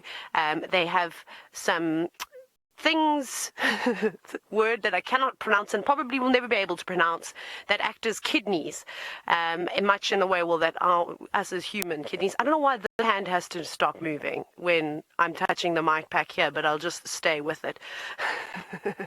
So essentially, they don't urinate, they'll defecate and urinate in the form of uric acid together. I mean, with spiders, they're not essentially eating a whole lot. You know, there's no 2-for-1 burger specials when it comes to spiders. They're just drinking. They're on a drinking diet. Venom acts as a liquidizer. When they catch their prey, they bite into it and inject the venom, and it liquidizes it, and they suck it all up, and it's delicious and amazing, and you know, whatever how delicious it may be for a spider. So I can't imagine that spiders would, you know, deposit a lot of waste anyways. Do we have that? Where's that other one? There's another spider there, but I think it's quite hard because to see. But there's another orb-web spider. There's another one. Hang on, Alex. I'm going to go into the bushes. Can you see it? It's going. It's green. And I saw 2 nights ago, and I don't actually know what it is. I'm going to try and point it out to you with a stick.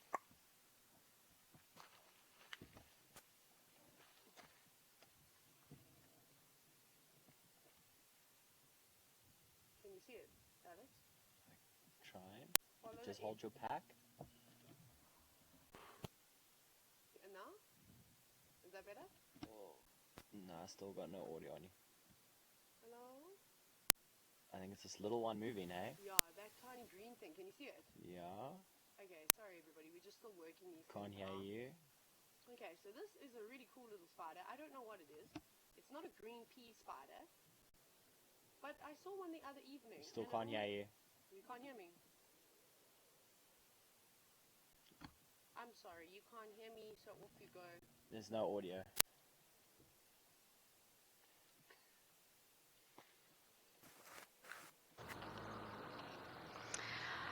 Sorry about that. I don't know what happened with Taylor there. We are just looking at the site of the giraffe carcass, where the Talamatis have been feeding for the past 2 days now. This is day 2. The vultures are everywhere. I'm going to give you a view of all the vultures waiting very patiently in the tree there. Look at them all. I admire vultures for their patience, I must say. They know that at some point they're going to get their rewards, so they may as well just wait.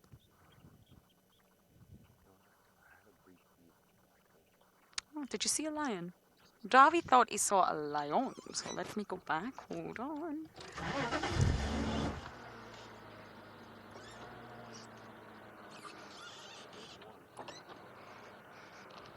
Aha! It doesn't look very much like a lion, does it? No. But it is. It's a white tummy of a lioness who appears to be very full and very flat. Okay, he wants me to go back a little bit further. There may be some more lions.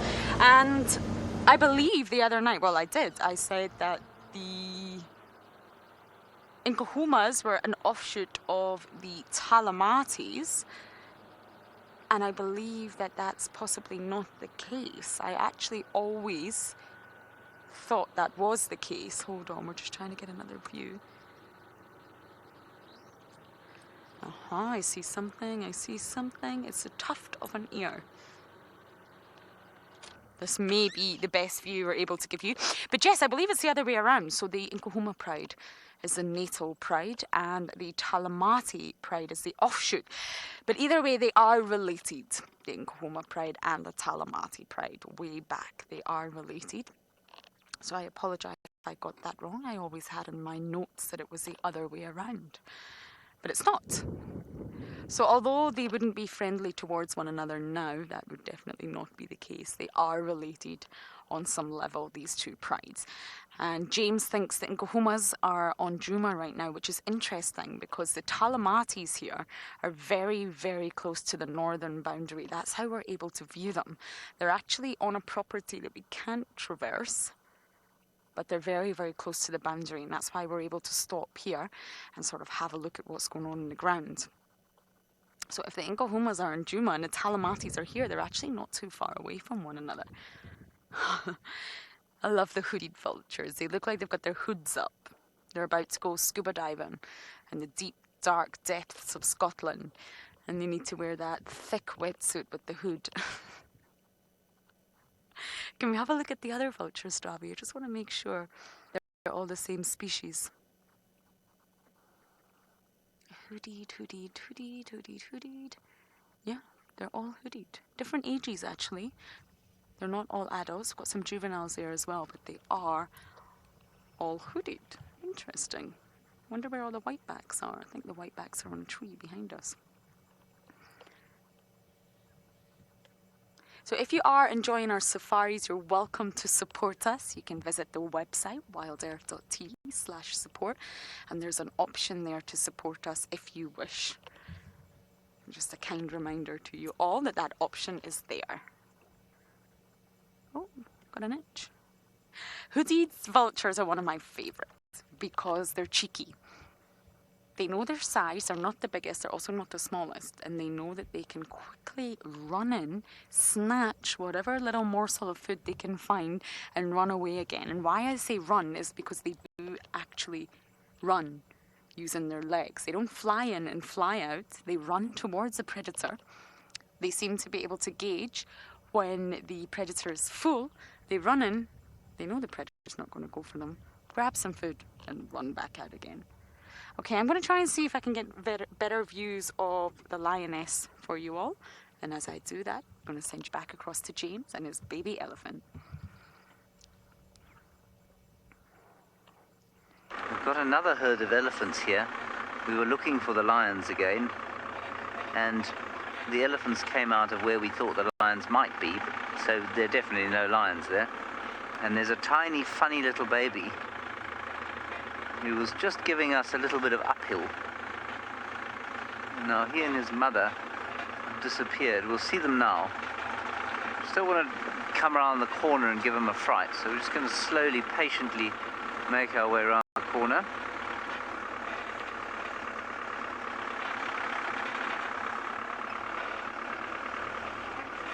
There they are.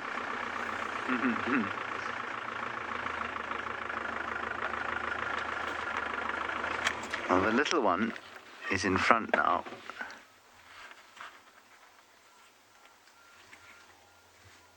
So this is a third herd of elephants for the afternoon.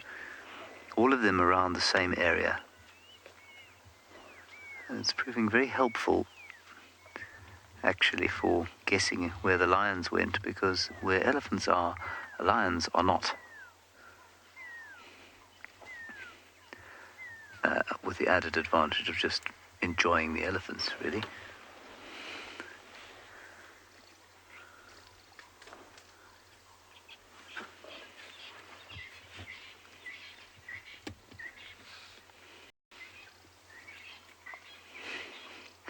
And there's another big one coming, I think, from the right-hand side, but the bush is very thick there.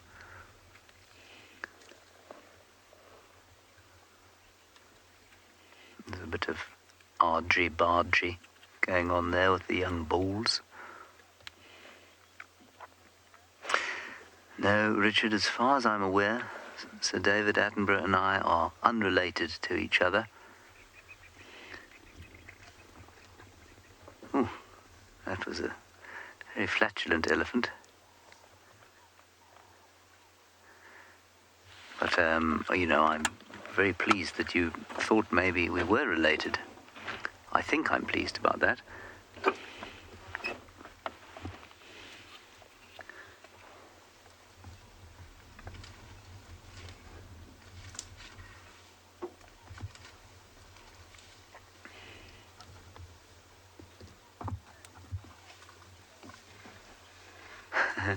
Yes, Dirk, elephants do have teeth.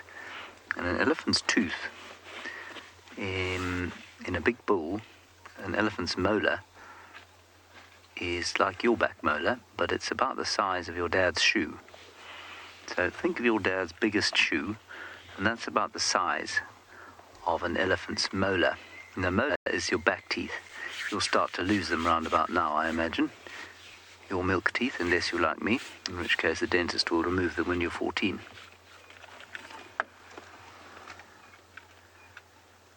And they get 5 sets of teeth, Dirk, throughout their lives.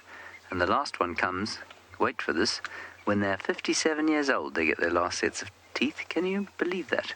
Also, their tusks are teeth, remember? That's like your 2 front teeth, which I know you've lost. You've got your big ones now. But imagine those 2 teeth curled out the front of your mouth. Then you'd look like an elephant.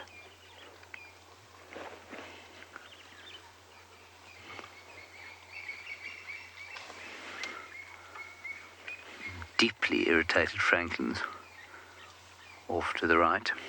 Let's just sneak forward. Barry, I don't think we've heard a pearl-spotted owl this afternoon, no. I'm not sure what it was, but I didn't hear a pearl-spotted owl, no. Just going a little bit forward because these bulls are having a bit of a wrestling match, which is always quite amusing.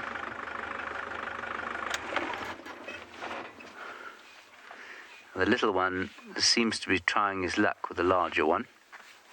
Oh, what a big boy.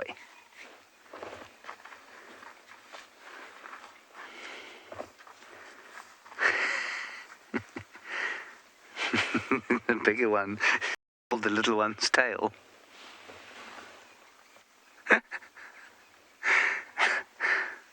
I imagine that's the equivalent of pulling someone's hair in a wrestling match. You don't do it. It's just not done.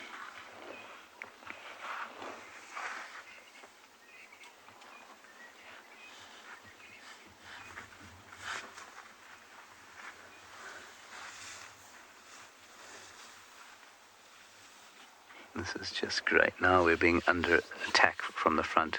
Careful, Owen. That little one decided that it was going to show us what for.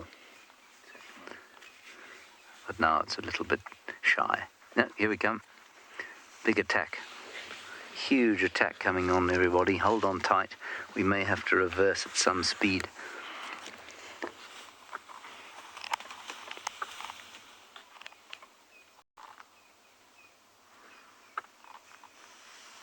Yes.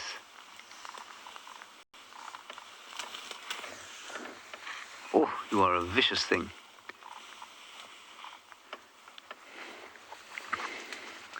Madam, I promise you we said nothing to him. He took it upon himself entirely of his own bat to give us uphill. It wasn't us.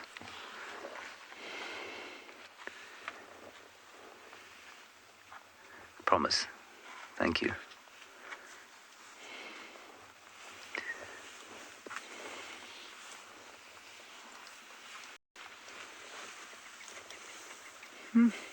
Put this behind us. All right, we're going to wait here with our elephants. You're going to go back up north to where the Talamati pride is finishing off what must be an extremely stinky carcass.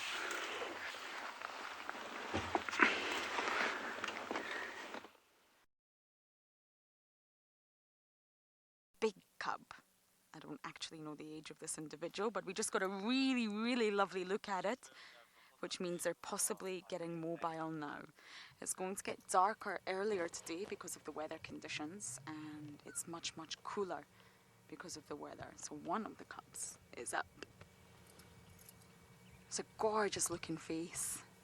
This is the first time for me seeing the Talamati cubs. I've seen a few of the lionesses, but the first time for me to see these cubs. I'm just going to roll back a bit, Dobby, see if we can see where that little cub went.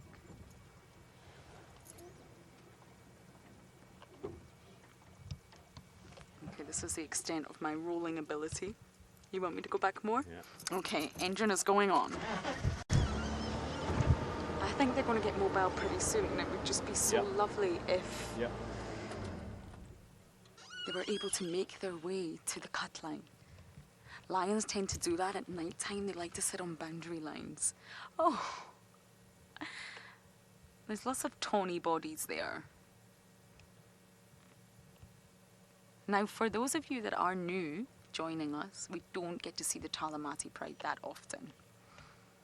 I think James had them a few weeks ago, but really it's a new thing for us to be able to see the Talamati Pride.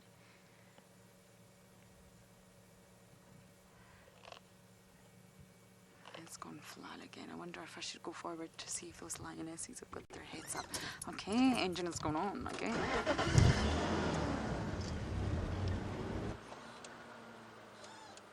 Is everybody flat cat? Everybody's snoozing. I'm a bit torn because I'm desperate to go say hi to Ribbon, see what Ribbon's up to. But I would also love to stay with the Pride. So I've got some decisions to make. It really wouldn't surprise me if this Pride get up, join us on this cut line. Okay, as I make my decision on what to do, we are going to send you all the way to Taylor, who's at Eco Training, and she has a spider.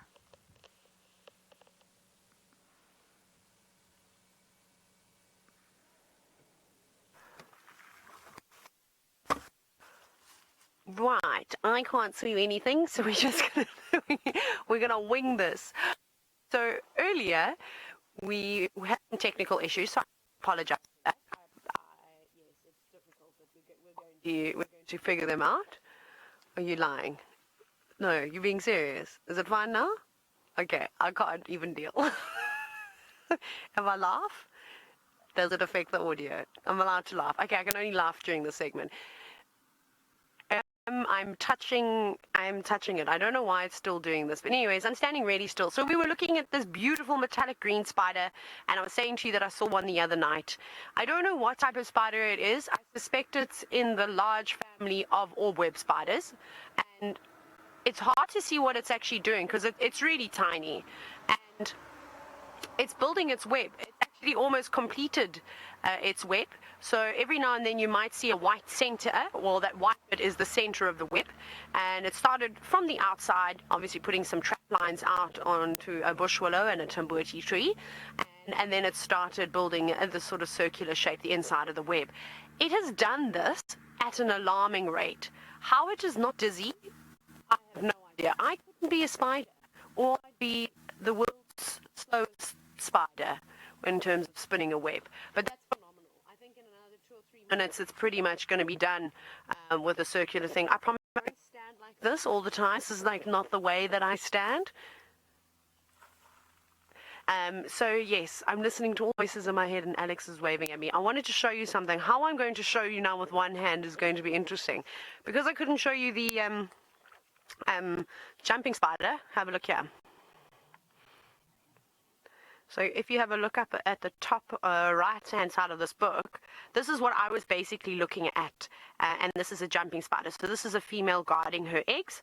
A very small one, of course, in that blade of grass, which is quite cool, hey? I wish I could have shown you that.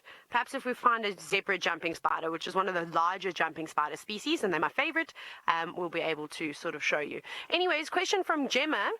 What is the largest spider species that we find? We're going to answer the radio just now. Ooh, snap, crackle, we don't have an earpiece for that.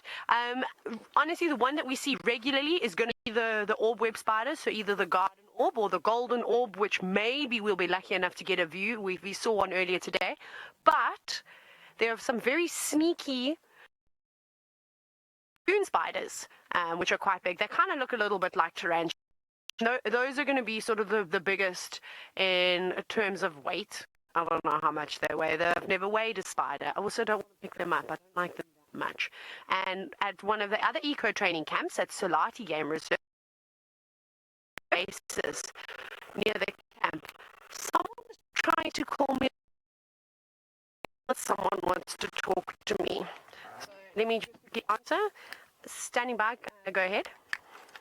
Should have just said one. I didn't need to say both.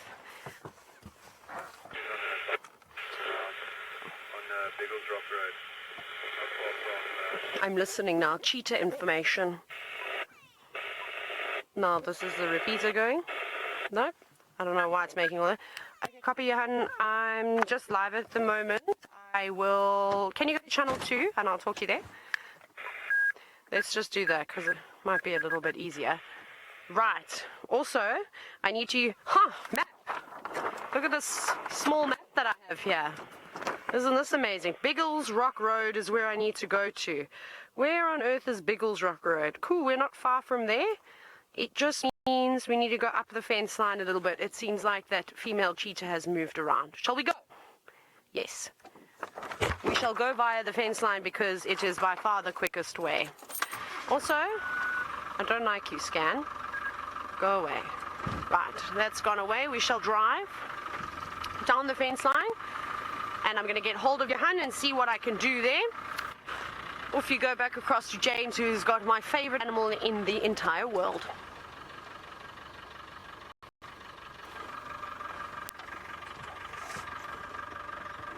It's very nice that Taylor thinks I'm her favorite animal in the whole world. Thank you, Taylor. Oh, hello.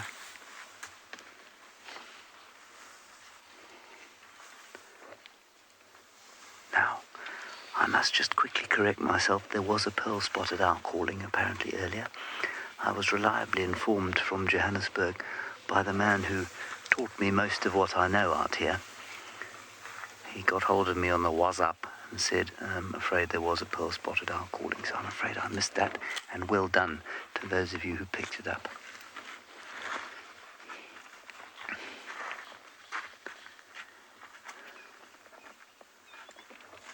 Just a wonderful elephant sighting here, the matriarch coming out. I think it's the matriarch, she's definitely the biggest cow here. Just giving us a bit of a, I see you, don't muck around, but we're okay. And she carried on, and the two young fellows at the back here still horsing around, eating a little bit, doing some playing, and generally giving us a great show, especially of their bottoms.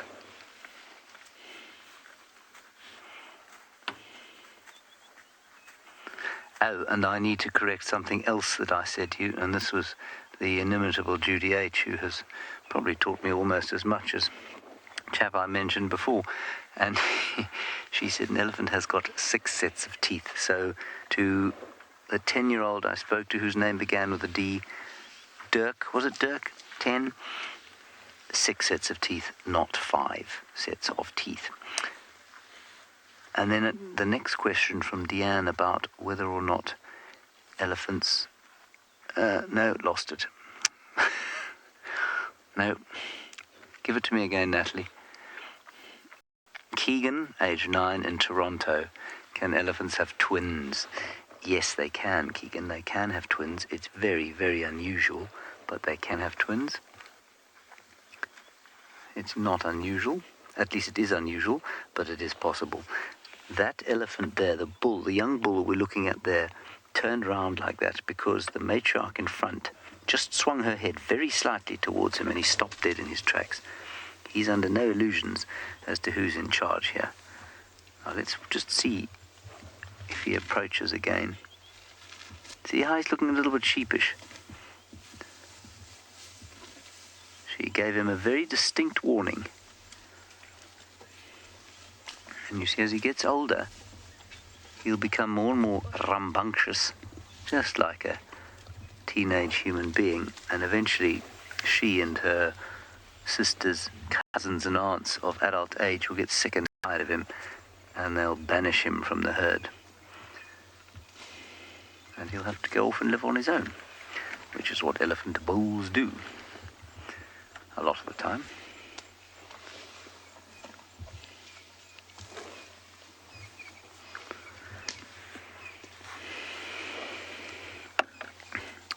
Frosthopper, 6 sets of teeth don't fit in their mouth at one time, so they're constantly being replaced from behind. And so they've always got the same kind of surface area of teeth in the mouth. And in fact, if you see elephant skulls, especially if they're not very old elephants, you can see the front tooth that's almost kind of worn out and the back tooth coming in, or, you know, relatively new front tooth and the back ones just starting to come in, and they kind of move on a conveyor belt from behind. They grow. So they don't fall out as such. They kind of just move slowly from the back.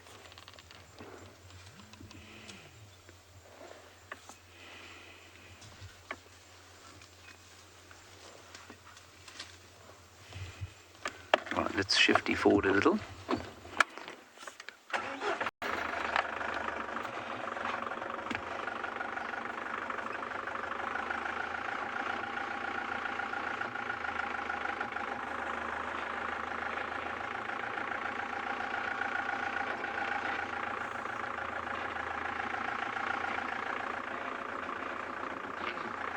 Oh, hello. What happened to you? He just blew his trumpet, but not very competently. He sounded like a very amateur tuba player. It went...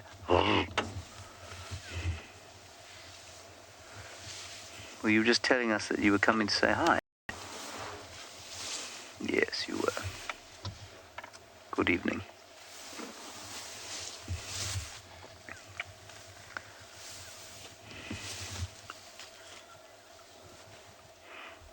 And the overwhelming desire to reach out and see if he'll take my hand with his trunk. It's beginning to build in my body again, but I'm going to fight it away.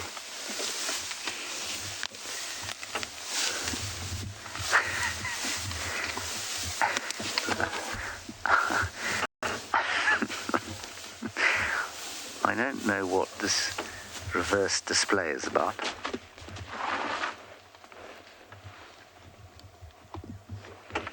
Sorry about the antenna, there's nothing I can do about it, because if I move now, he'll get really upset.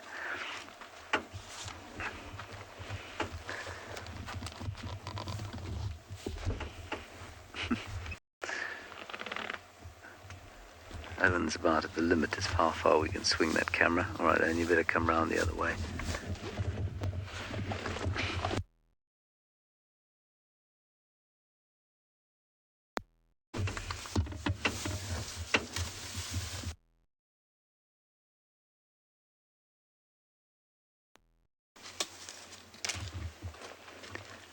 Sorry, you lost us for a second. I think it was probably because we turned the camera so far around.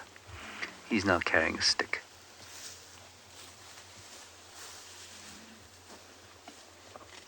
They're all kind of heading in a similar direction.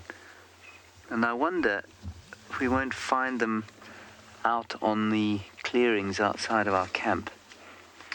Yes, that's a very nice an analogy. A number of you saying that he was doing the moonwalk. That was very much like a moonwalk, I must say. Old Wacko Jacko himself would probably have been quite impressed with that elephant's moonwalk.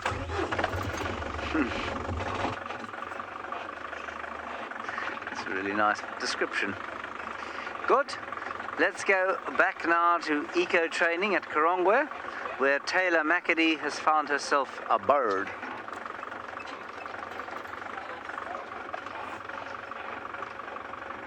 Please. Look at what we've got perched high above in the tree. A beautiful tawny eagle for you all to see. Hello everybody, my name is Dr. Zeus. I'm just joking. See, not Dr. Zeus. But this is the first tawny eagle I've actually seen at Karongwe for quite some time now. I don't know how much of a birder I am. I like birds, but what really fascinates me about this bird that we're looking at is not its beautiful eyes or its really sharp beak, or the fact that we're only a few meters away from it, which is quite spectacular. In case you were wondering, how awesome is that? It's great for your screenshots. Remember to share them with everyone. But the thing about tawny eagles and bateleurs is not only do they like to sit on dead trees like this and preen themselves and look after their feathers, but they can sometimes be an indicator that there might be a predator of sorts around. And with a little help from my friends, I think that we might have a cheetah. But I'm not sure. Drive up a little way. I don't know if it's, I think it might be the female cheetah. I don't know if her cubs are with her. But we are going to keep it a one vehicle sighting. So we're going to let these other guys come out and then we will go in. We don't want to put too much pressure just yet on these cheetah cubs. It's going to take them a little while to settle in. I'm going to try and roll gracefully so that I can use hand signals and communicate like giraffe through body language. Look at the stealth mode. I'm basically an electric vehicle right now. Dun, dun, dun, dun, dun, dun, dun, dun. Is there space for me? Okay, cool. I will just sit here and entertain people with my... I don't know, I've got nothing to entertain you with. Bad jokes? I haven't even learned any good jokes since I last saw you. How disappointing is that? I'm pretty disappointed. Okay, so we're just going to wait for this vehicle to come out, and then we're going to try and head on in here. We're going to keep in one road out. Sammy, I've done it again, and I know you're only 7 years old, and I'm so sorry. I'm devastated I've forgotten to bring Maurice out. But yes, I do have Maurice. Do I have a pen nearby? Hang on. New favorite pen, by the way. Look how cool it is. It's pink. I don't know if it writes on my hand. Shall we create a new tattoo? More... I'm not going to put more on. I should put more on my hand, but we're going to write Maurice so that I remember. You'll also know if I showered or not tomorrow morning. That I remember to bring Maurice, the elephant, out on game drive with me. You have Maurice, eh, Alex? Oh, no, shame. He's the real star of the show. Let me tell you that. To get him some eco-training equipment. We need... I wonder if anyone is around and show him is going to have to make some eco-training attire for Maurice the elephant. Where do we go? Wait, I don't know where... I suppose I better use my... Now? Can you hear me? I suppose I better use my... We're going to do a 695-point turn now. Very slowly, though. I promise I'm going to go as slow as possible. Everybody, you just have to bear with me for 2 seconds, because I'm looking and driving. Are you good? Oh, wow. Okay. Was that good? I don't know. Where are you, Cheetah? Where are you, Cheetah? Okay. Do you know what I'm going to do? Is I'm going to search for whatever animal is hiding in the bushes and speak to my friend, or if we go to Ngala Private Game Reserve, I think you'll be looking at a parrot, if I'm not mistaken.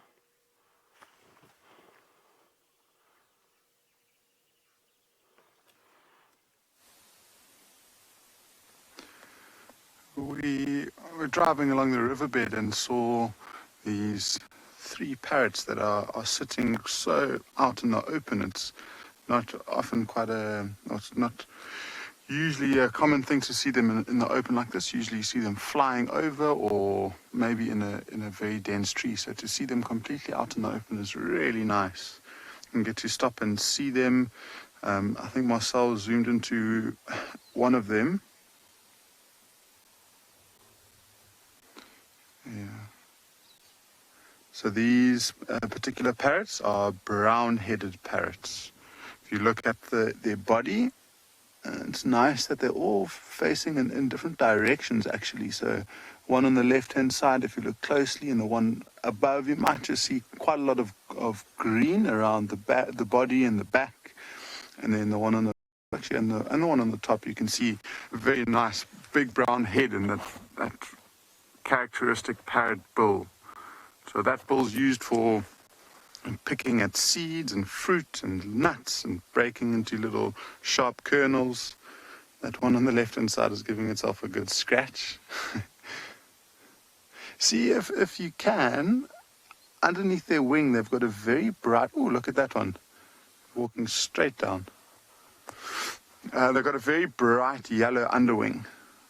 I haven't seen it. There we go, the one on the left. Okay, we're going to send you quickly to Djuma. Apparently there's some mating impalas there.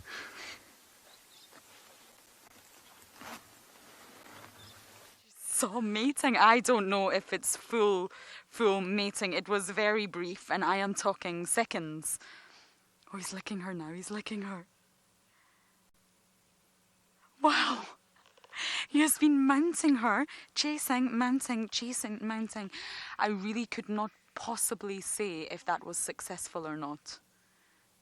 The Impala rams are going crazy. They're completely distracted and, well, only thinking about one thing. Is he licking or smelling her? I'm not too sure. He's now guarding her, following her every move. I think that was successful. What do you think, Davi? Wow. We saw it 3 times. Excuse me, sir. That's not very polite.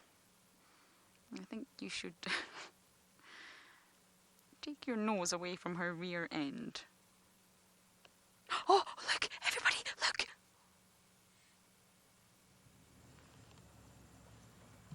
Okay, that was definitely not successful.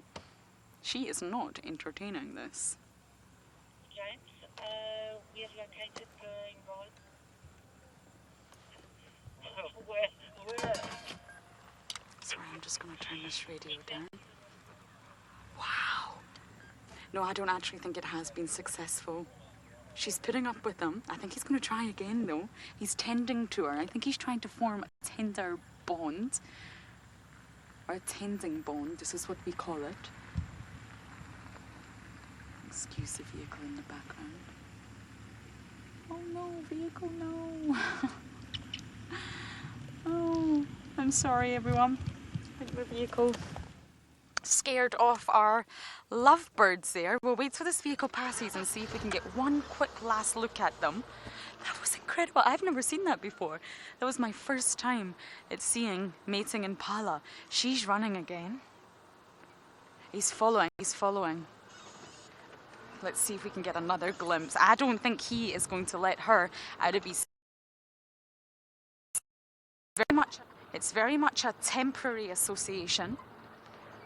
And I think he's trying to form a tending bond. That's what we call it. Giraffes do the same thing. He's running up here. Let's just have one last look. What a stallion! Male impalas exhaust themselves. And it's very, very common to see dead male impalas looking very, very scrawny and poor condition. And of course, they make very easy prey at this time of year. Hello, sir. Oh, you're still licking your lips, aren't you? But you weren't successful, and I believe you have something on your horns. I think this is the same male from earlier, Davi. We saw him. He's got grass stuck in his horns. I think he's trying to impress her. Okay, let's just see if he goes closer. This is so exciting.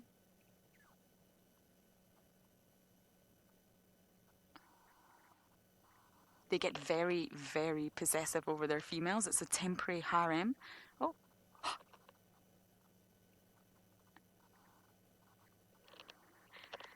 You see how he's licking the air? He's trying to taste her pheromones. He's trying to taste using his tongue. Is she an estrus? Is she ready? Is she receptive? They have chemoreceptors and a very special organ on the roof of their mouth called the organ of Jacobson. And it contains all the receptors they need to analyze the pheromones and send the message to the brain. That young boy probably has no idea what's going on. What on earth is going on? Wow, that was so incredible. I think that's my most favourite Impala sighting so far. So we're almost at the den. We're going to check on old Rib Robs, but we are going to send you back across to Taylor at Eco Training, who's found her cheetah.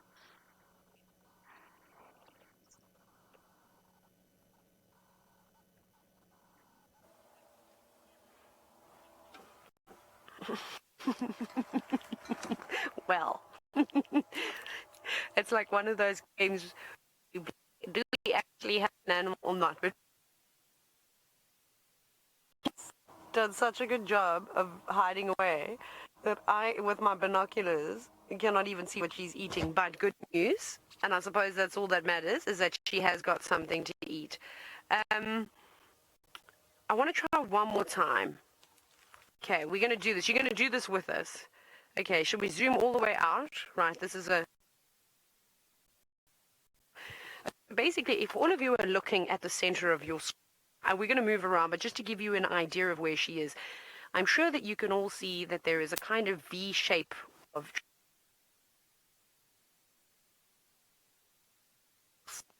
I can't really see what the leaves are right now, but that's not important. Anyways, we're looking through there. She's kind of to the left of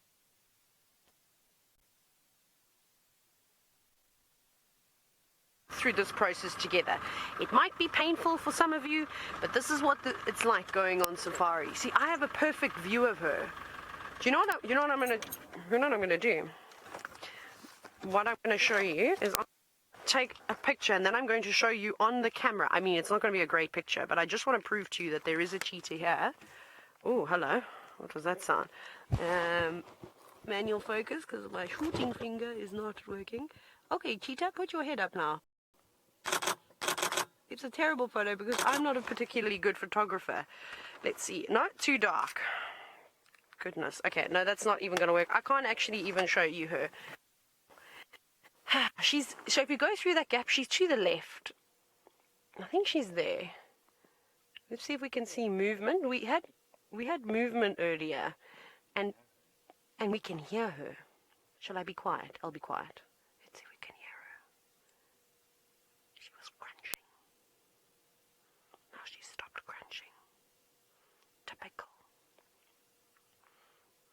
Why won't you let us see you? And you can hear the chirping. She's making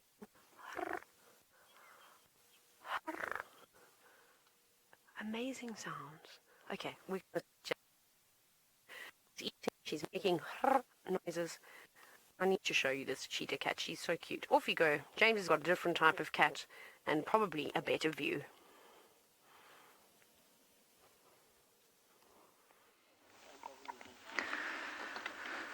My joy is overwhelming in some ways and tempered in others. This, ladies and gentlemen, is the Djuma Pride. Some of them. It is also exactly where we had the elephant sighting about an hour ago. I walked in here, I drove in here, I found them not. I walked and drove in here again, I found them not. And then another vehicle drove down here looking for the elephants, and there were the lions lying on the road. Anyway, I'll take it. I'll take it with gratitude. Now, there's a very little cub that ran into the bushes there that I don't think I've met before. And I haven't... There it is. It's just coming out now.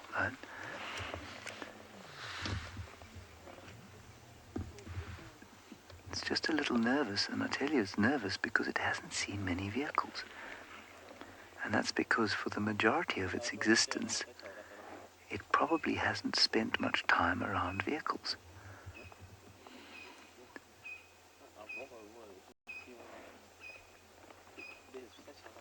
Now, I don't know what's going on with this pride. I haven't seen them for so long. I don't know who is who. Many of you will know this pride intimately from the years we've spent enjoying them.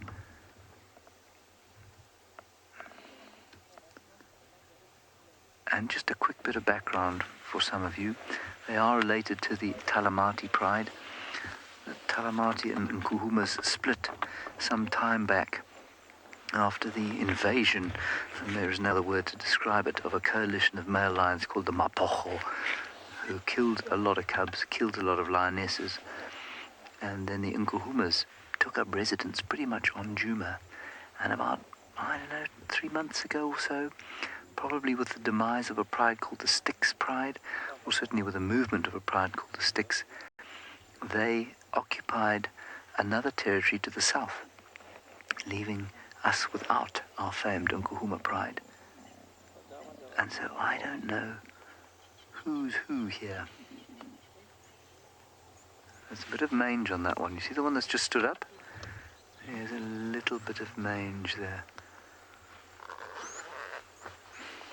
Now, a number of you are saying that the little cub is Nchela's cub, which she could well be, or he could well be, but there's a bit of mange there, you see that?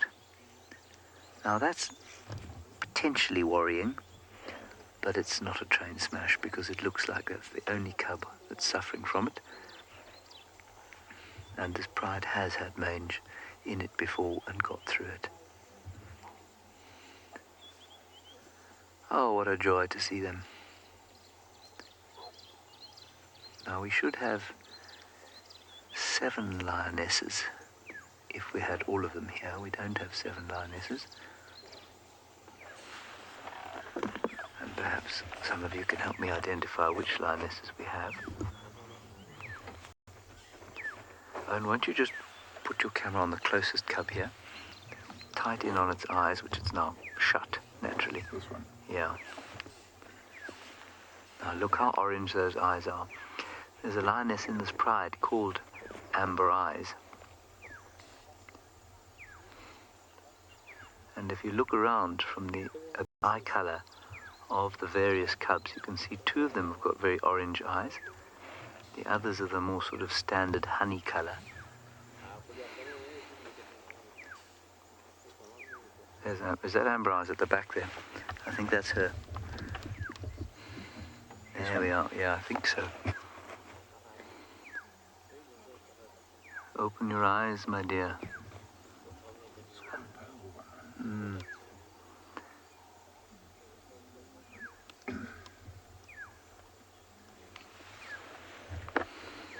Is it rich nose? Could be. Oh. Sorry, Dragon Lady, I missed your question. Yeah, that looks like ridge nose to me, but my ability to recognize animals is very poor. Oh, Dragon Lady, lions get mange from each other and from their prey. So let's say they killed a kudu that had mange. Quite possibly the mites would have jumped from the kudu, deceased, onto the lions, living. Yeah, no, that little one at the back there is struggling.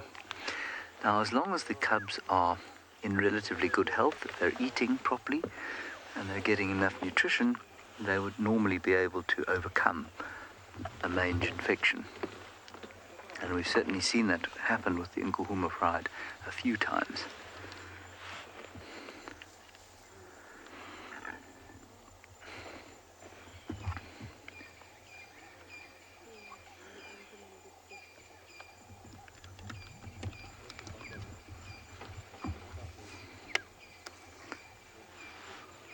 So wonderful to have them back up here. I hope they stay.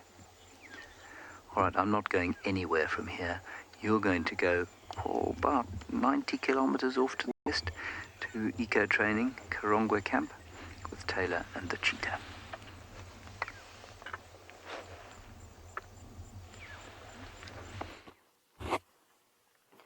Yay! Thank you everybody for being so patient, because look at what has just happened. We managed to reposition just slightly. Oh, cheeky little one.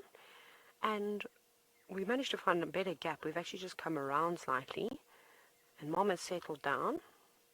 She didn't like where we were positioned earlier, so we've changed that up, and the 2 little cubs came out. So that's why she was making those sort of churring noises. She was calling her little ones. Perhaps they'd ventured too far off, but this is awesome. This is so great. Okay, these are the same cheetah that we saw this morning. If you have just joined in, perhaps you've only just woken up.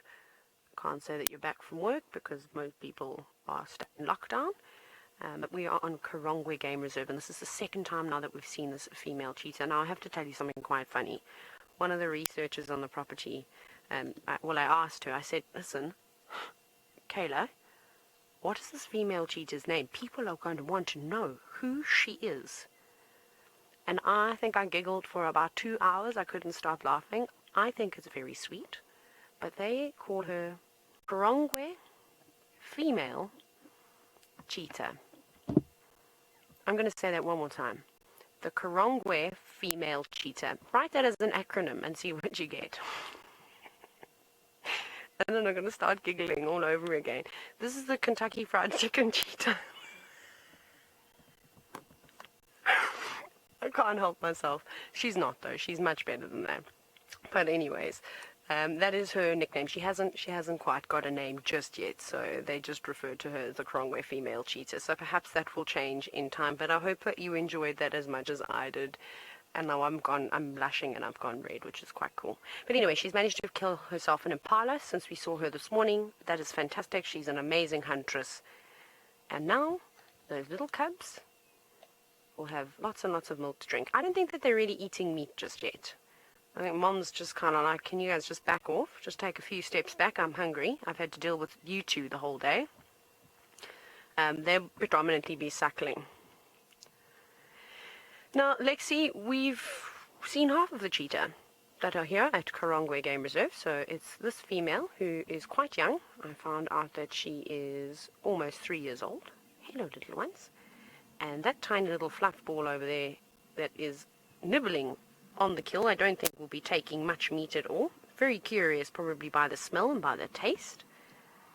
They're about a month and a half to 2 months old. The youngest cheetah I've ever seen in my life, which is awesome. And then there are 3 beautiful males. There's a coalition of cheetah that are also roaming the 9,000 hectares that we get to drive around on, which is pretty epic. So we will hopefully see them at some point. Look at this. Look at that tiny little fluff ball. Look how curious it is too. Oh, this is amazing. This is the closest that we've been to the cheetah. They were much further away from us this morning. And we've been so lucky. They haven't been scared of us. They haven't run away from us. Every time they've moved, it's been Mom moving away from us or doing her own thing. And then, of course, as young children would do with their older brother or sister or parents, and like young animals do, they naturally would just trot on after Mom. So they're slowly starting to get used to us, which is really exciting. Sit quietly just to see if you can hear some of the communication, some of the chirping that she's making.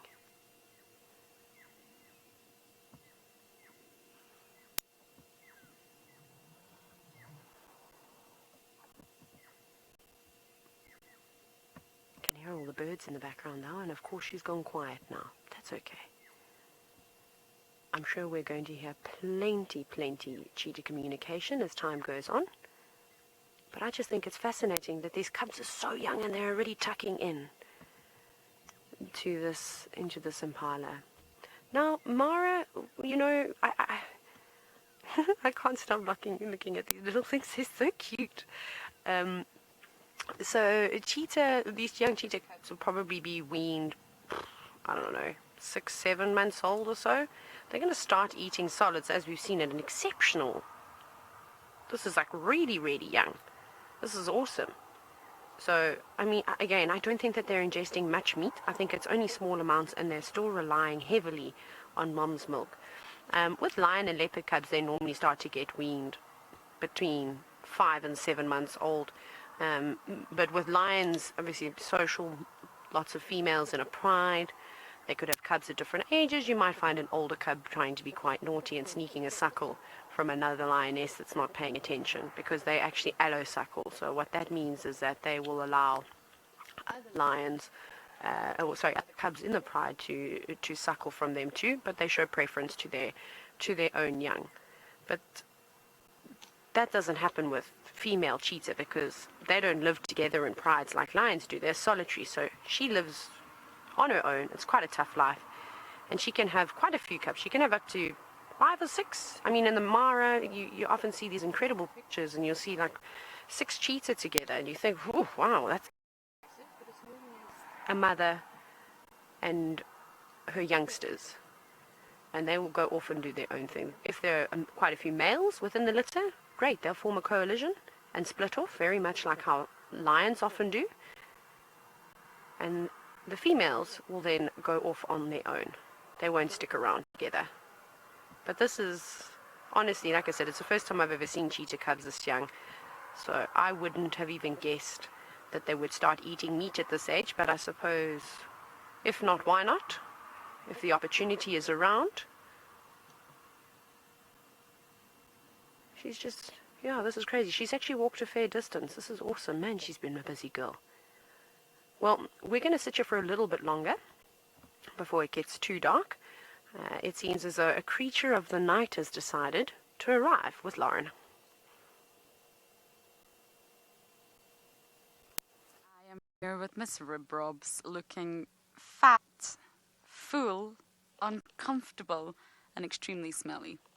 The gas coming from her bottom is really not pleasant. Saka's in front of the car, being his usual Saka self. He loves to be familiar around vehicles. He is right there. This is Saka, everyone. He's going closer. How close are you going to get, boy? Saka's a male. Not that it's easy to tell between hyenas, but he is one of the most frequently seen males we have around here. And he seems to have a great relationship with Ribbon. From what we can see, I mean, she's definitely the boss. She wears the trousers, but he loves to be around her. Rib Robs, you know why I'm here, my girl? Davi and I are waiting to see your two precious bundles.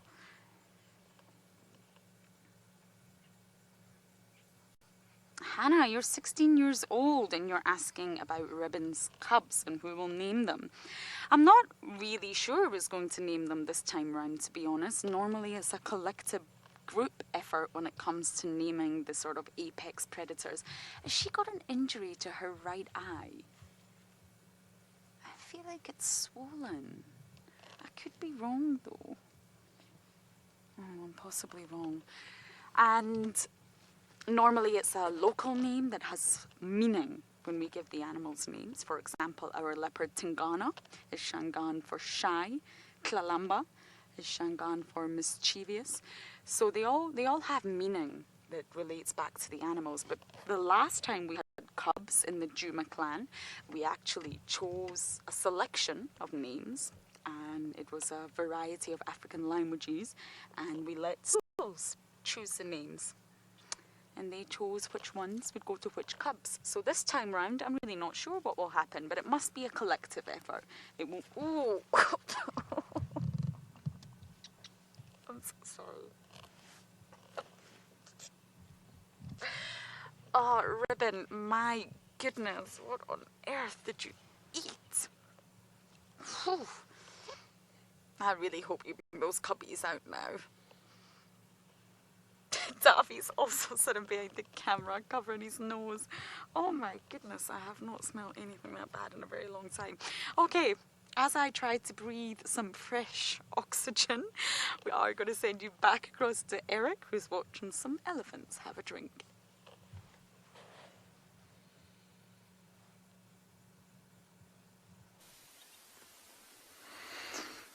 We have just come to this very large waterhole and been treated to such a beautiful scene. Just look at how many elephants there are here. There's a hippo in the foreground. These elephants have started from one end of the waterhole and occasionally they've been stopping to drink, but now they're all literally walking in one straight line. It is such an awesome view. 6 or 7 of them that are out of view now, but starting from there, the one with the very small one, 1, 2, 3, 4, 5, 6, 7, 8, 9, 10, 11, 12, 13, 14, 15, 16, 17 of them, all in one straight line. That is seriously cool. It seems like they are starting to move off and into the bushes. And just look at that 1/3 or 4th on the left there, the really, really tall one. And it actually doesn't seem to have tusks, but just look at the height difference compared to the rest of them. So that's an elephant bull. And it's a bit unusual for elephant bulls to have tusks, to not have tusks. Usually you would see he actually does have a tusk. Now that Marcel's zoomed in, I can see quite nicely there. It's growing very strangely at a very different angle. And the one on the left-hand side looks more like an elephant tusk.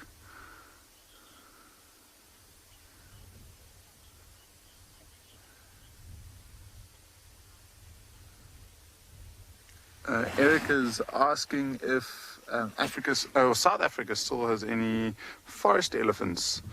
And it's a good question. I'm actually not too sure of the answer. I do know that there are elephants somewhere around the forests of Knysna, but I'm not sure if they are actual forest elephants. I'll have to look that up and get back to you, Erica. There's a few more elephants that are coming on the left-hand side, and one really nice big bull with some long tusks. We'll try and get a good view as he's crossing the open grass. There we go. Look at the size of those tusks. He's looking huge. It's so nice to have the sunset in the background, the water in the foreground. These elephants are putting on a show for us in this late afternoon light.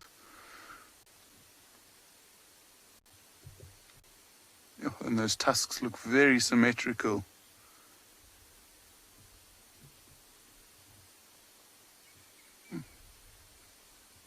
See, it's just quickly stopped that elephant, and I'm sure it might just be picking up the scent of a female, so there might be some urine or some dung there that it's smelling. It's feeding, actually.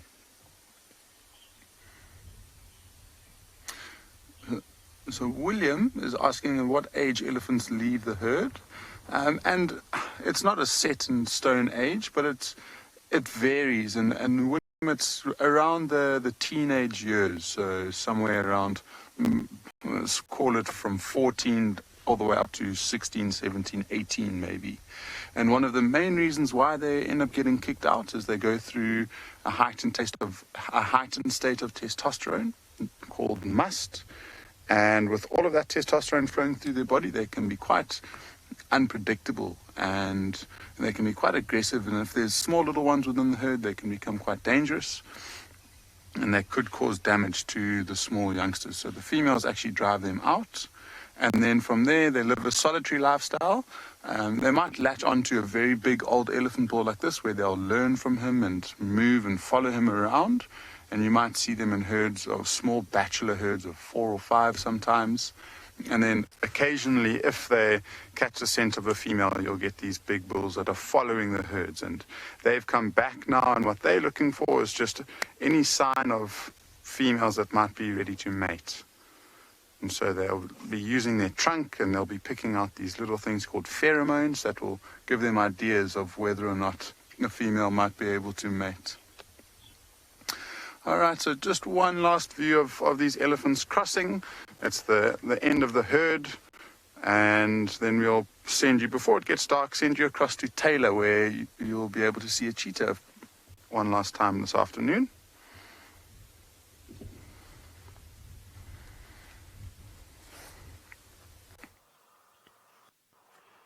We are so spoiled this afternoon. I cannot tell you how lucky we are.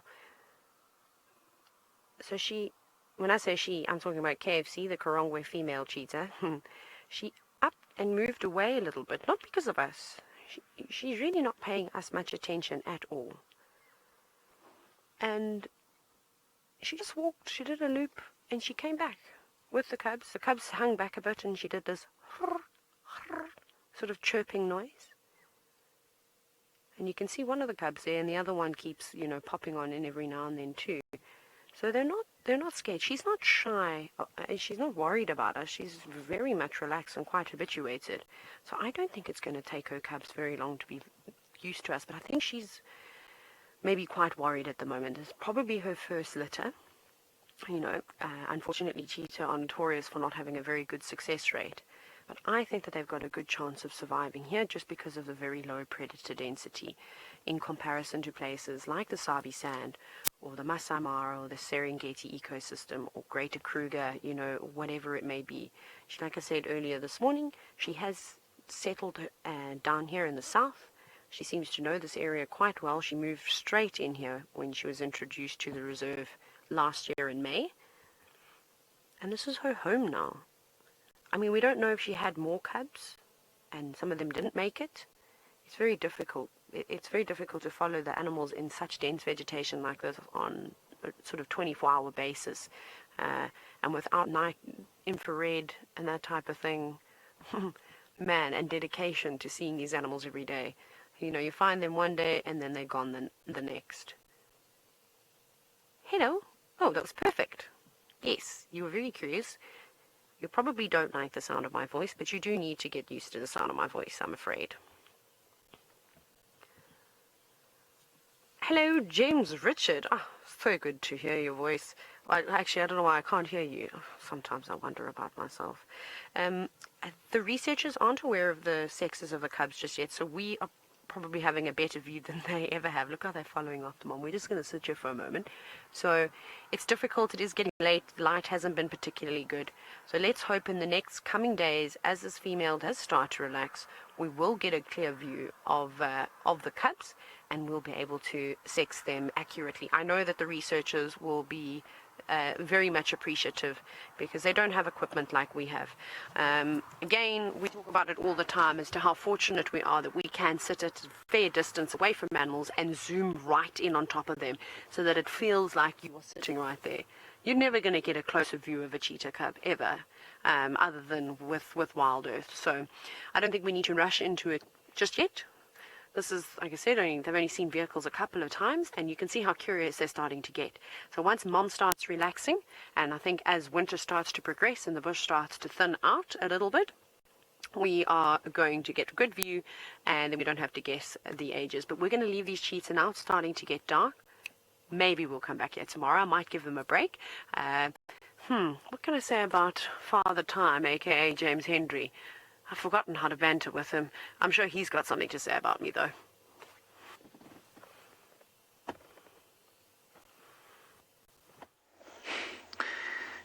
It's been some time since, of course, the great comedian Taylor McCurdy has operated with us, and, well, it's wonderful to have her back. Here we are with the Djuma Pride, or a piece thereof. Very grateful, very happy for our afternoon. I think Owen and I are mostly happy that we hadn't gone entirely mad, because we were pretty sure they were around here somewhere, even though we proved incompetent at finding them on the road. I was chatting to Rexon, who's a guide from Bateleur, and he said walking around here earlier probably woke them and brought them out onto the road. I actually think what happened was that elephant with the very young calf that we watched walked through here and probably flushed them. And they came out into the open. And we're very grateful for their presence.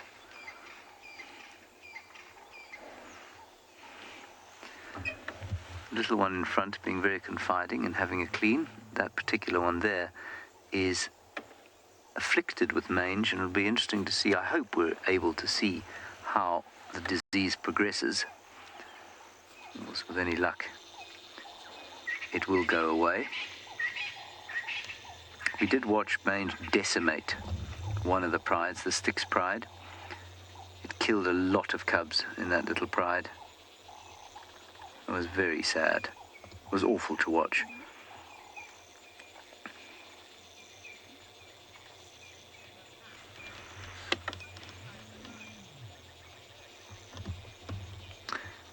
Matt, we know of roughly 3 prides in the area. We have the Djuma Pride, who you're looking at now. We have the Talamati Pride, who you saw a little bit earlier with Lauren. They were on the buffalo kill, at least a giraffe kill. And then there's the Torchwood Pride, which operates mainly, you'll be surprised to know, on a reserve called Torchwood, which is to the east of us. And those are the 3 prides of lions that we normally operate, or that we have the chance to see. And there is potentially, there were some nomadic lions from the Shimungwe Pride that used to pitch up from time to time, including that one emaciated lioness who's since disappeared. But they became nomadic for some reason.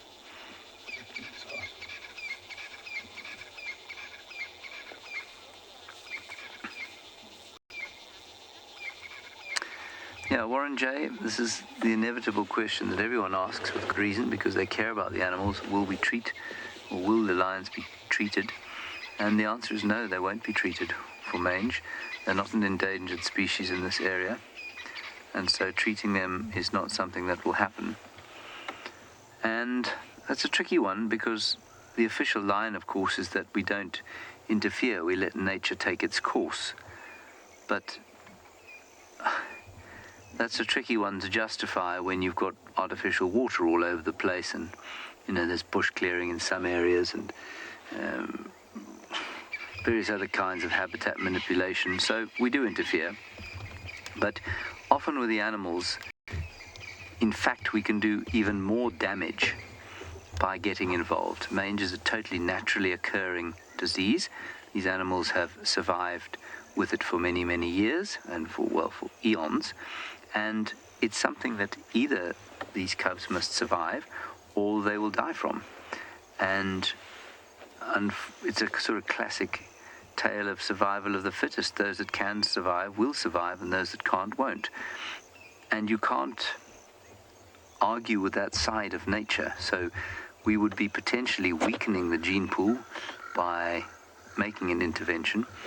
The only exception is when it is an endangered animal, and wild lions are certainly threatened, and in fact outside of protected areas are, absent pretty much, bar a few places in Namibia. They're not endangered, and so, especially in the Kruger, they wouldn't be treated. If, however, there was an anthropogenic effect, so in other words, if they had some kind of human-induced injury, then yes, absolutely, they're treated.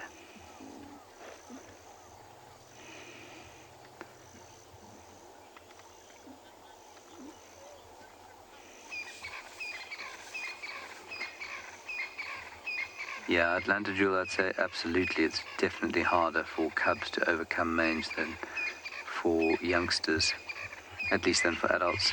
It's the same with most diseases. The old and the young are the ones that suffer the most. Their immune system's not quite as strong as an adult in full health. And so, yeah, I would say for sure. Now she's just going to visit a little cub.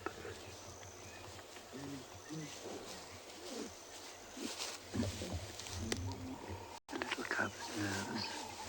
So now she's going to give it a hug and a clean. We're not going to move, we're just going to let this play out. That little one really was quite nervous of us when we drove in, disappeared into the grass.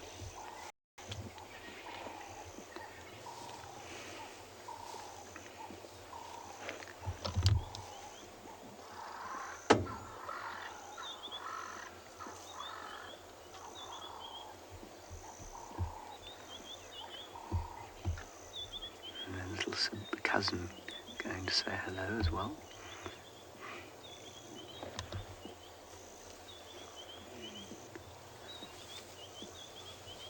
Such a contrast, you see lions like this, they are so amazingly affectionate with each other, and it makes you feel warm and fuzzy inside. And then you watch them at a kill, bashing each other, scratching each other's faces. I don't know what that's about. And you can't believe that they could ever be friends. I don't know what that is. Natalie, in the final control, asking me, what's it doing? I don't know. I don't know what it's doing.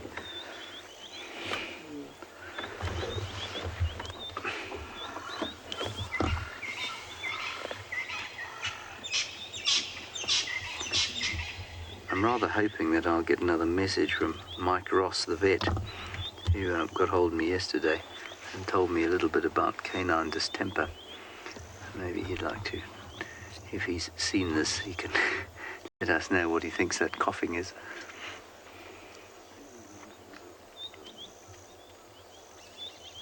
It's probably simply a case of a tickle in the nose. Right, we'll sit here a little bit longer and see if that little baby shows itself while you go across to the hyena den, where I think Lauren's doing the same.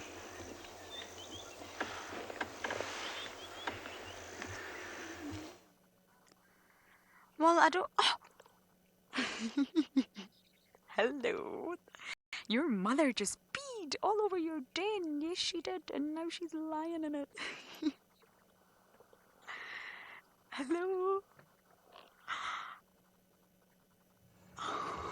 I think they're coming out now, everyone. They're getting braver. Now they're 4 weeks. I don't think they're 5, they're 4. They're only a month old. We first saw them on the 27th of March. Kickapoo. Yes, your mother has gas problems. Now I am convinced Ribbon's face is swollen. Something's wrong with Ribbon's face. I can't quite put my finger on it. Something's wrong. And she keeps itching it. I think it's swollen. I don't know if any of you agree. Can any of you see it? Do you see the cup saying, Mama, nipple? No. Mama. Can you see Ribbon's delightful urine stain? Yes. Come on, cubbies.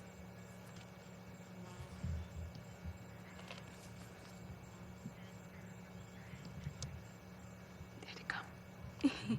Hello. Auntie Lauren says hi. Now, when I first found these cubs with Davy, I promised you all that you would fall in love. They look nothing like the adults. Look at them. Hi, Double Trouble.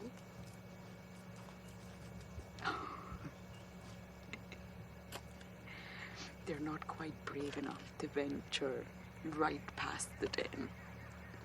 This is only the beginning, everyone. This is only the beginning.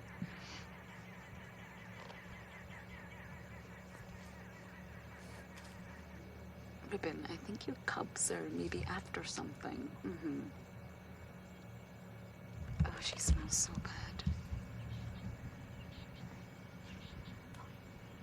I mean, I love rib rubs, but... Are you happy to see the cubs, Davy? Awesome. We're going to have to go to infrared. It's been such a journey. You go into infrared? Okay. We need to go into infrared now, I'm afraid. We've lost far too much ambient light.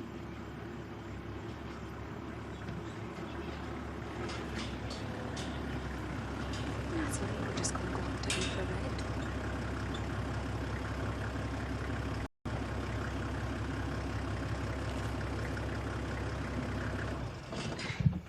Okay, we're in infrared now. So your screen will have changed to black and white, but we can still see them.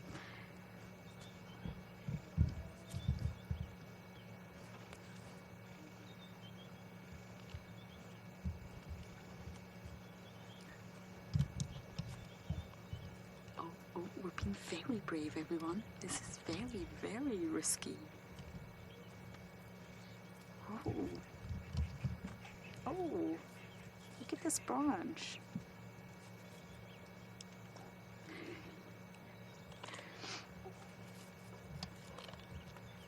I'm trying not to make any sudden movement because they're very, very flighty. They don't know the world outside of their den. This is all new for them. All they know is Mom's nipples and Mom's bottom, and that's it. Now they're slowly learning that there's a big world outside of their mound.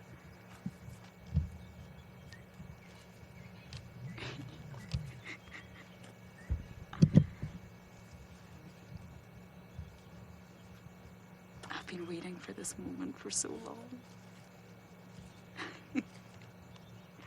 Ruben, I think you're scaring your little ones.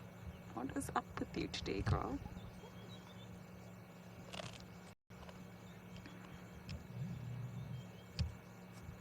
Oh, they look so different from when Davy and I first saw them.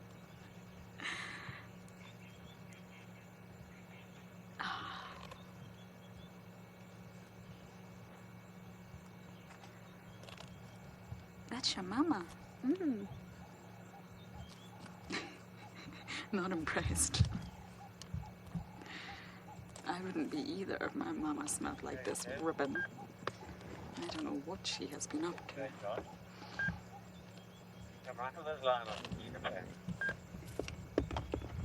Yeah. Oh, this is so precious. I've been waiting for this moment. I kept repeating myself, telling you it's gonna happen one day. Patience is key, and here we go.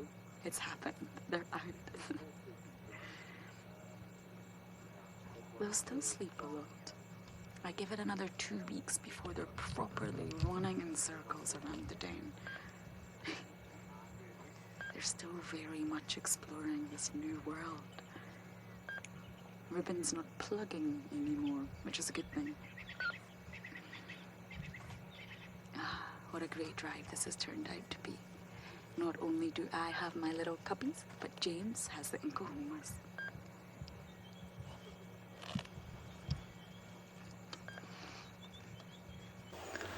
Yeah, we've got this pride, beautiful pride. We're now in infrared, as you can see, black and white. And they are all grooming each other, saying sorry for shouting at each other during feeding time. The little grunts and moans are so sweet.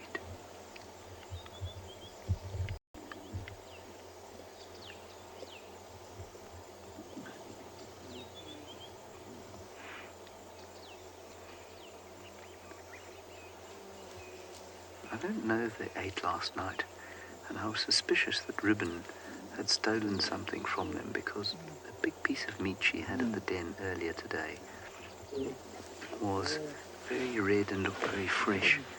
So maybe these guys whacked something small in here yesterday evening. A little bit of irritation as they try and suckle there. You see that? They're still trying to suckle.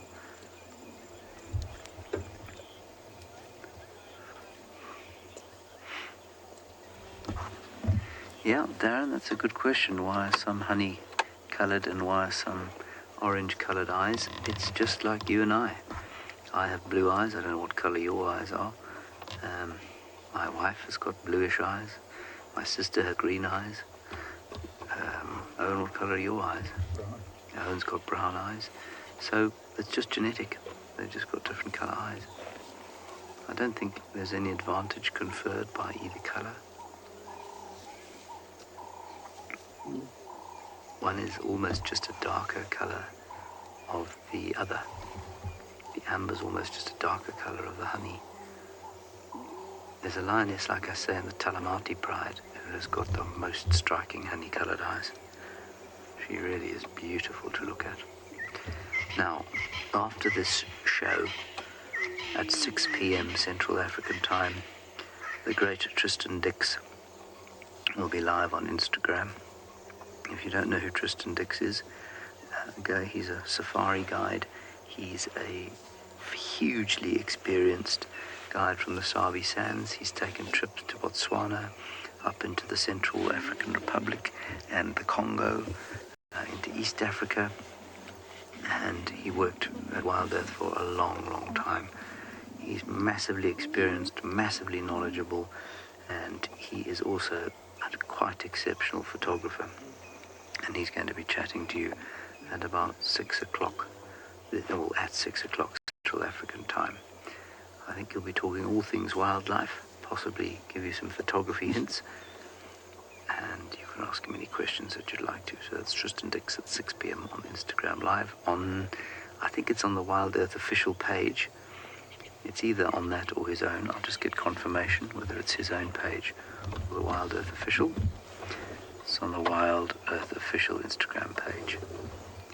So pop along and chat to him after this. You will not be disappointed. I should also state that he's much better at finding cats than I am. But at this point, that's not hard.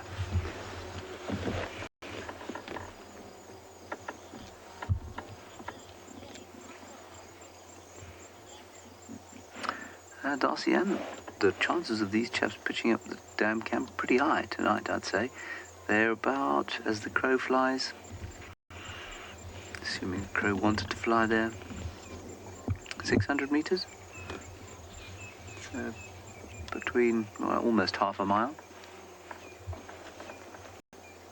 But that's not far for a lion. elephants. Yeah, I can still hear elephants cracking branches around us. I mean, they've been all over here today. That's why the lions are looking up.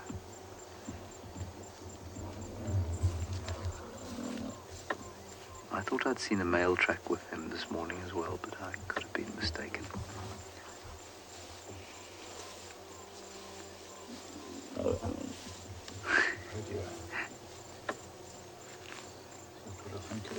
Yes. No, it's not Owen, don't worry. Owen is worried that that lion is about to relieve its bowels, which will be a stink second to none. But mercifully, she just seems to be marking her territory slightly. Don't trust these things. Now, we're not going to follow them through there because it will be impossible, and they've got cubs. And so if the rest of them move through down into the drainage line, we'll probably leave them and maybe try and pick them up the other side. But we've still got a whole lot of them. Cleaning, grooming, dozing. Almost playing, but certainly thinking about getting up. Now, they may have eaten something small last night, but it certainly wouldn't have been something big. And I hay me doots that they're going to be around here tomorrow.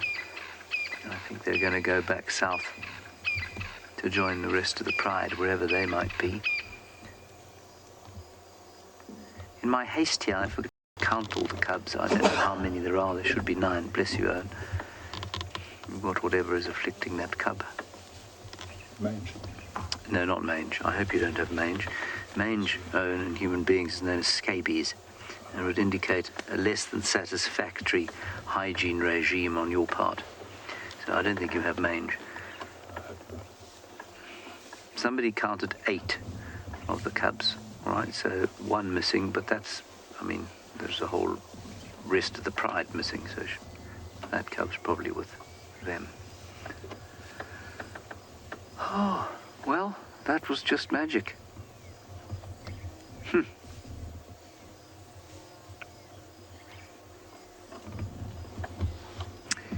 Great stuff. Let's go back across the hyena den. We'll make our way back up towards the clearings outside camp with a satisfied smile on our faces.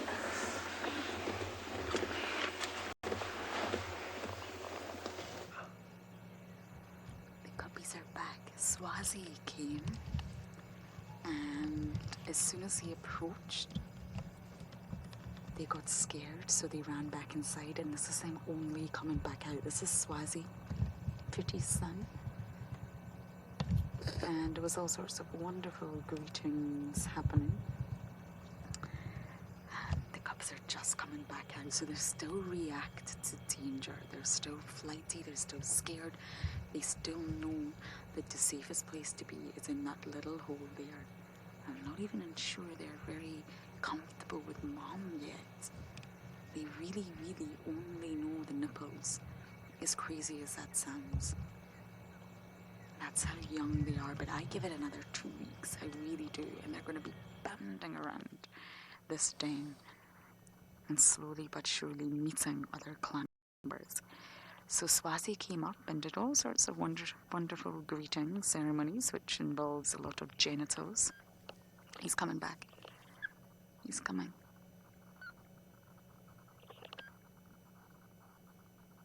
He's right behind that bush there. Swazi. But as soon as he poked his head into the hole, the entrance or the exit hole of the den, Ribbon Gate showed a little teeth. So she allows him around. He's part of the clan, see? But if he just gets too close to that hole, she will react. She's keeping an eye on him. Now, he's just been curious. He's a young hyena. And she tolerates it completely. She's the boss after all. But she won't let him get too close to those cubs. Ah, this is so perfect. I'm over the moon.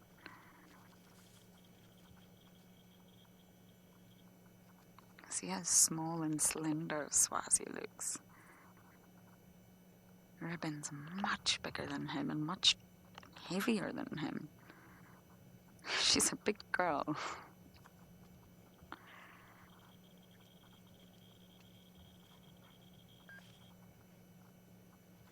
He just wants to be around her.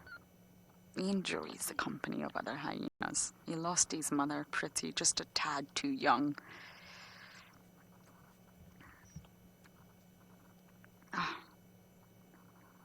We're going to have such a great time watching these cubbies get older and older and older. You won't believe it. You won't believe the transformation of them. And of course, if you do want to see these cubbies get older, keep supporting us. You have that option. www.wildearth.tv/support, and there's various different options there for you to keep supporting us.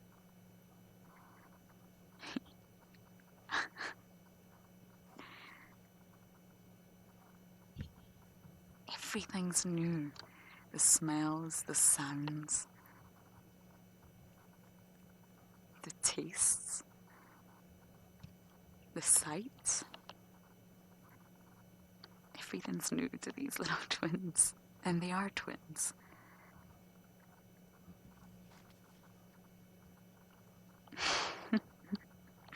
I knew it was going to be any day now that we were going to see them. I really think that day on the 27th of March that Davy and I first got to see them was an absolute fluke. I really do. I think we were so lucky.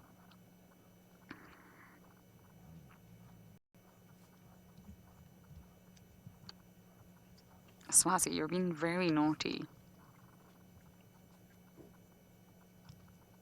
Swazi is the hyena that's normally in our camp. He's responsible for eating a lot of my items. Can you replace my belt, please, Swazi? I was very fond of that belt. And apparently so were you.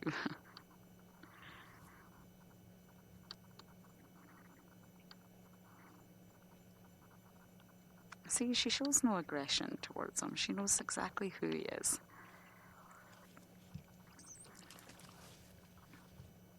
Oh, that was a bit of a chase away. Oh, Michaela, slightly morbid. I don't want to think of that, but if something was to happen to Ribbon, the cubs would be too young. Far too young. They wouldn't survive. They don't allo-suckle like lionesses do. She's telling Swazi to go away here. So no, at this age, the cubs would not survive. If they were a little bit older, by a month or two, I think they would. Especially if there was another lactating mother like Hart, who they could possibly try to maybe suckle from, or a low-ranking hyena who was also lactating would be perfect. They could bully that low ranker into allowing them to have some milk. But no, at this age, Michaela, they wouldn't survive, I'm afraid. They really, really need Ribbon at this stage. But once they reach the communal den, and if there's other lactating mothers in the clan, that would definitely make a difference. Something's wrong with Ribbon's face. I just cannot put my finger on it. I think it's slightly swollen somewhere. Paige, no, we have no idea. We're only just starting to see them. And hyena genitals are probably the most difficult genitals in the entire animal kingdom to suss out. So we normally recommend at least wait until they're 3 months before you start to guess if they're male or female.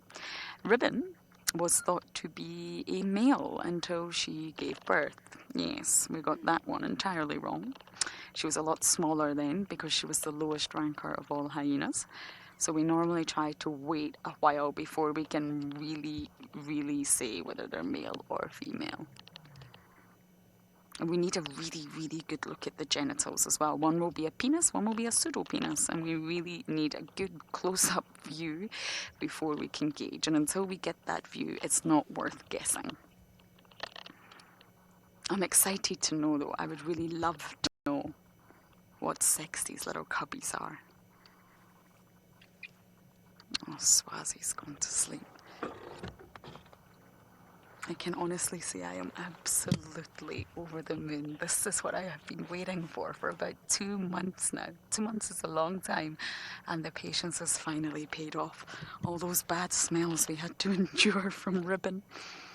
All those moments of just watching Ribbon sleep and do nothing else. It was all worth it. So it's that time of night, everyone. Time to say goodbye. But thank you for jumping on board. And of course, please do join us tomorrow. Good night for now.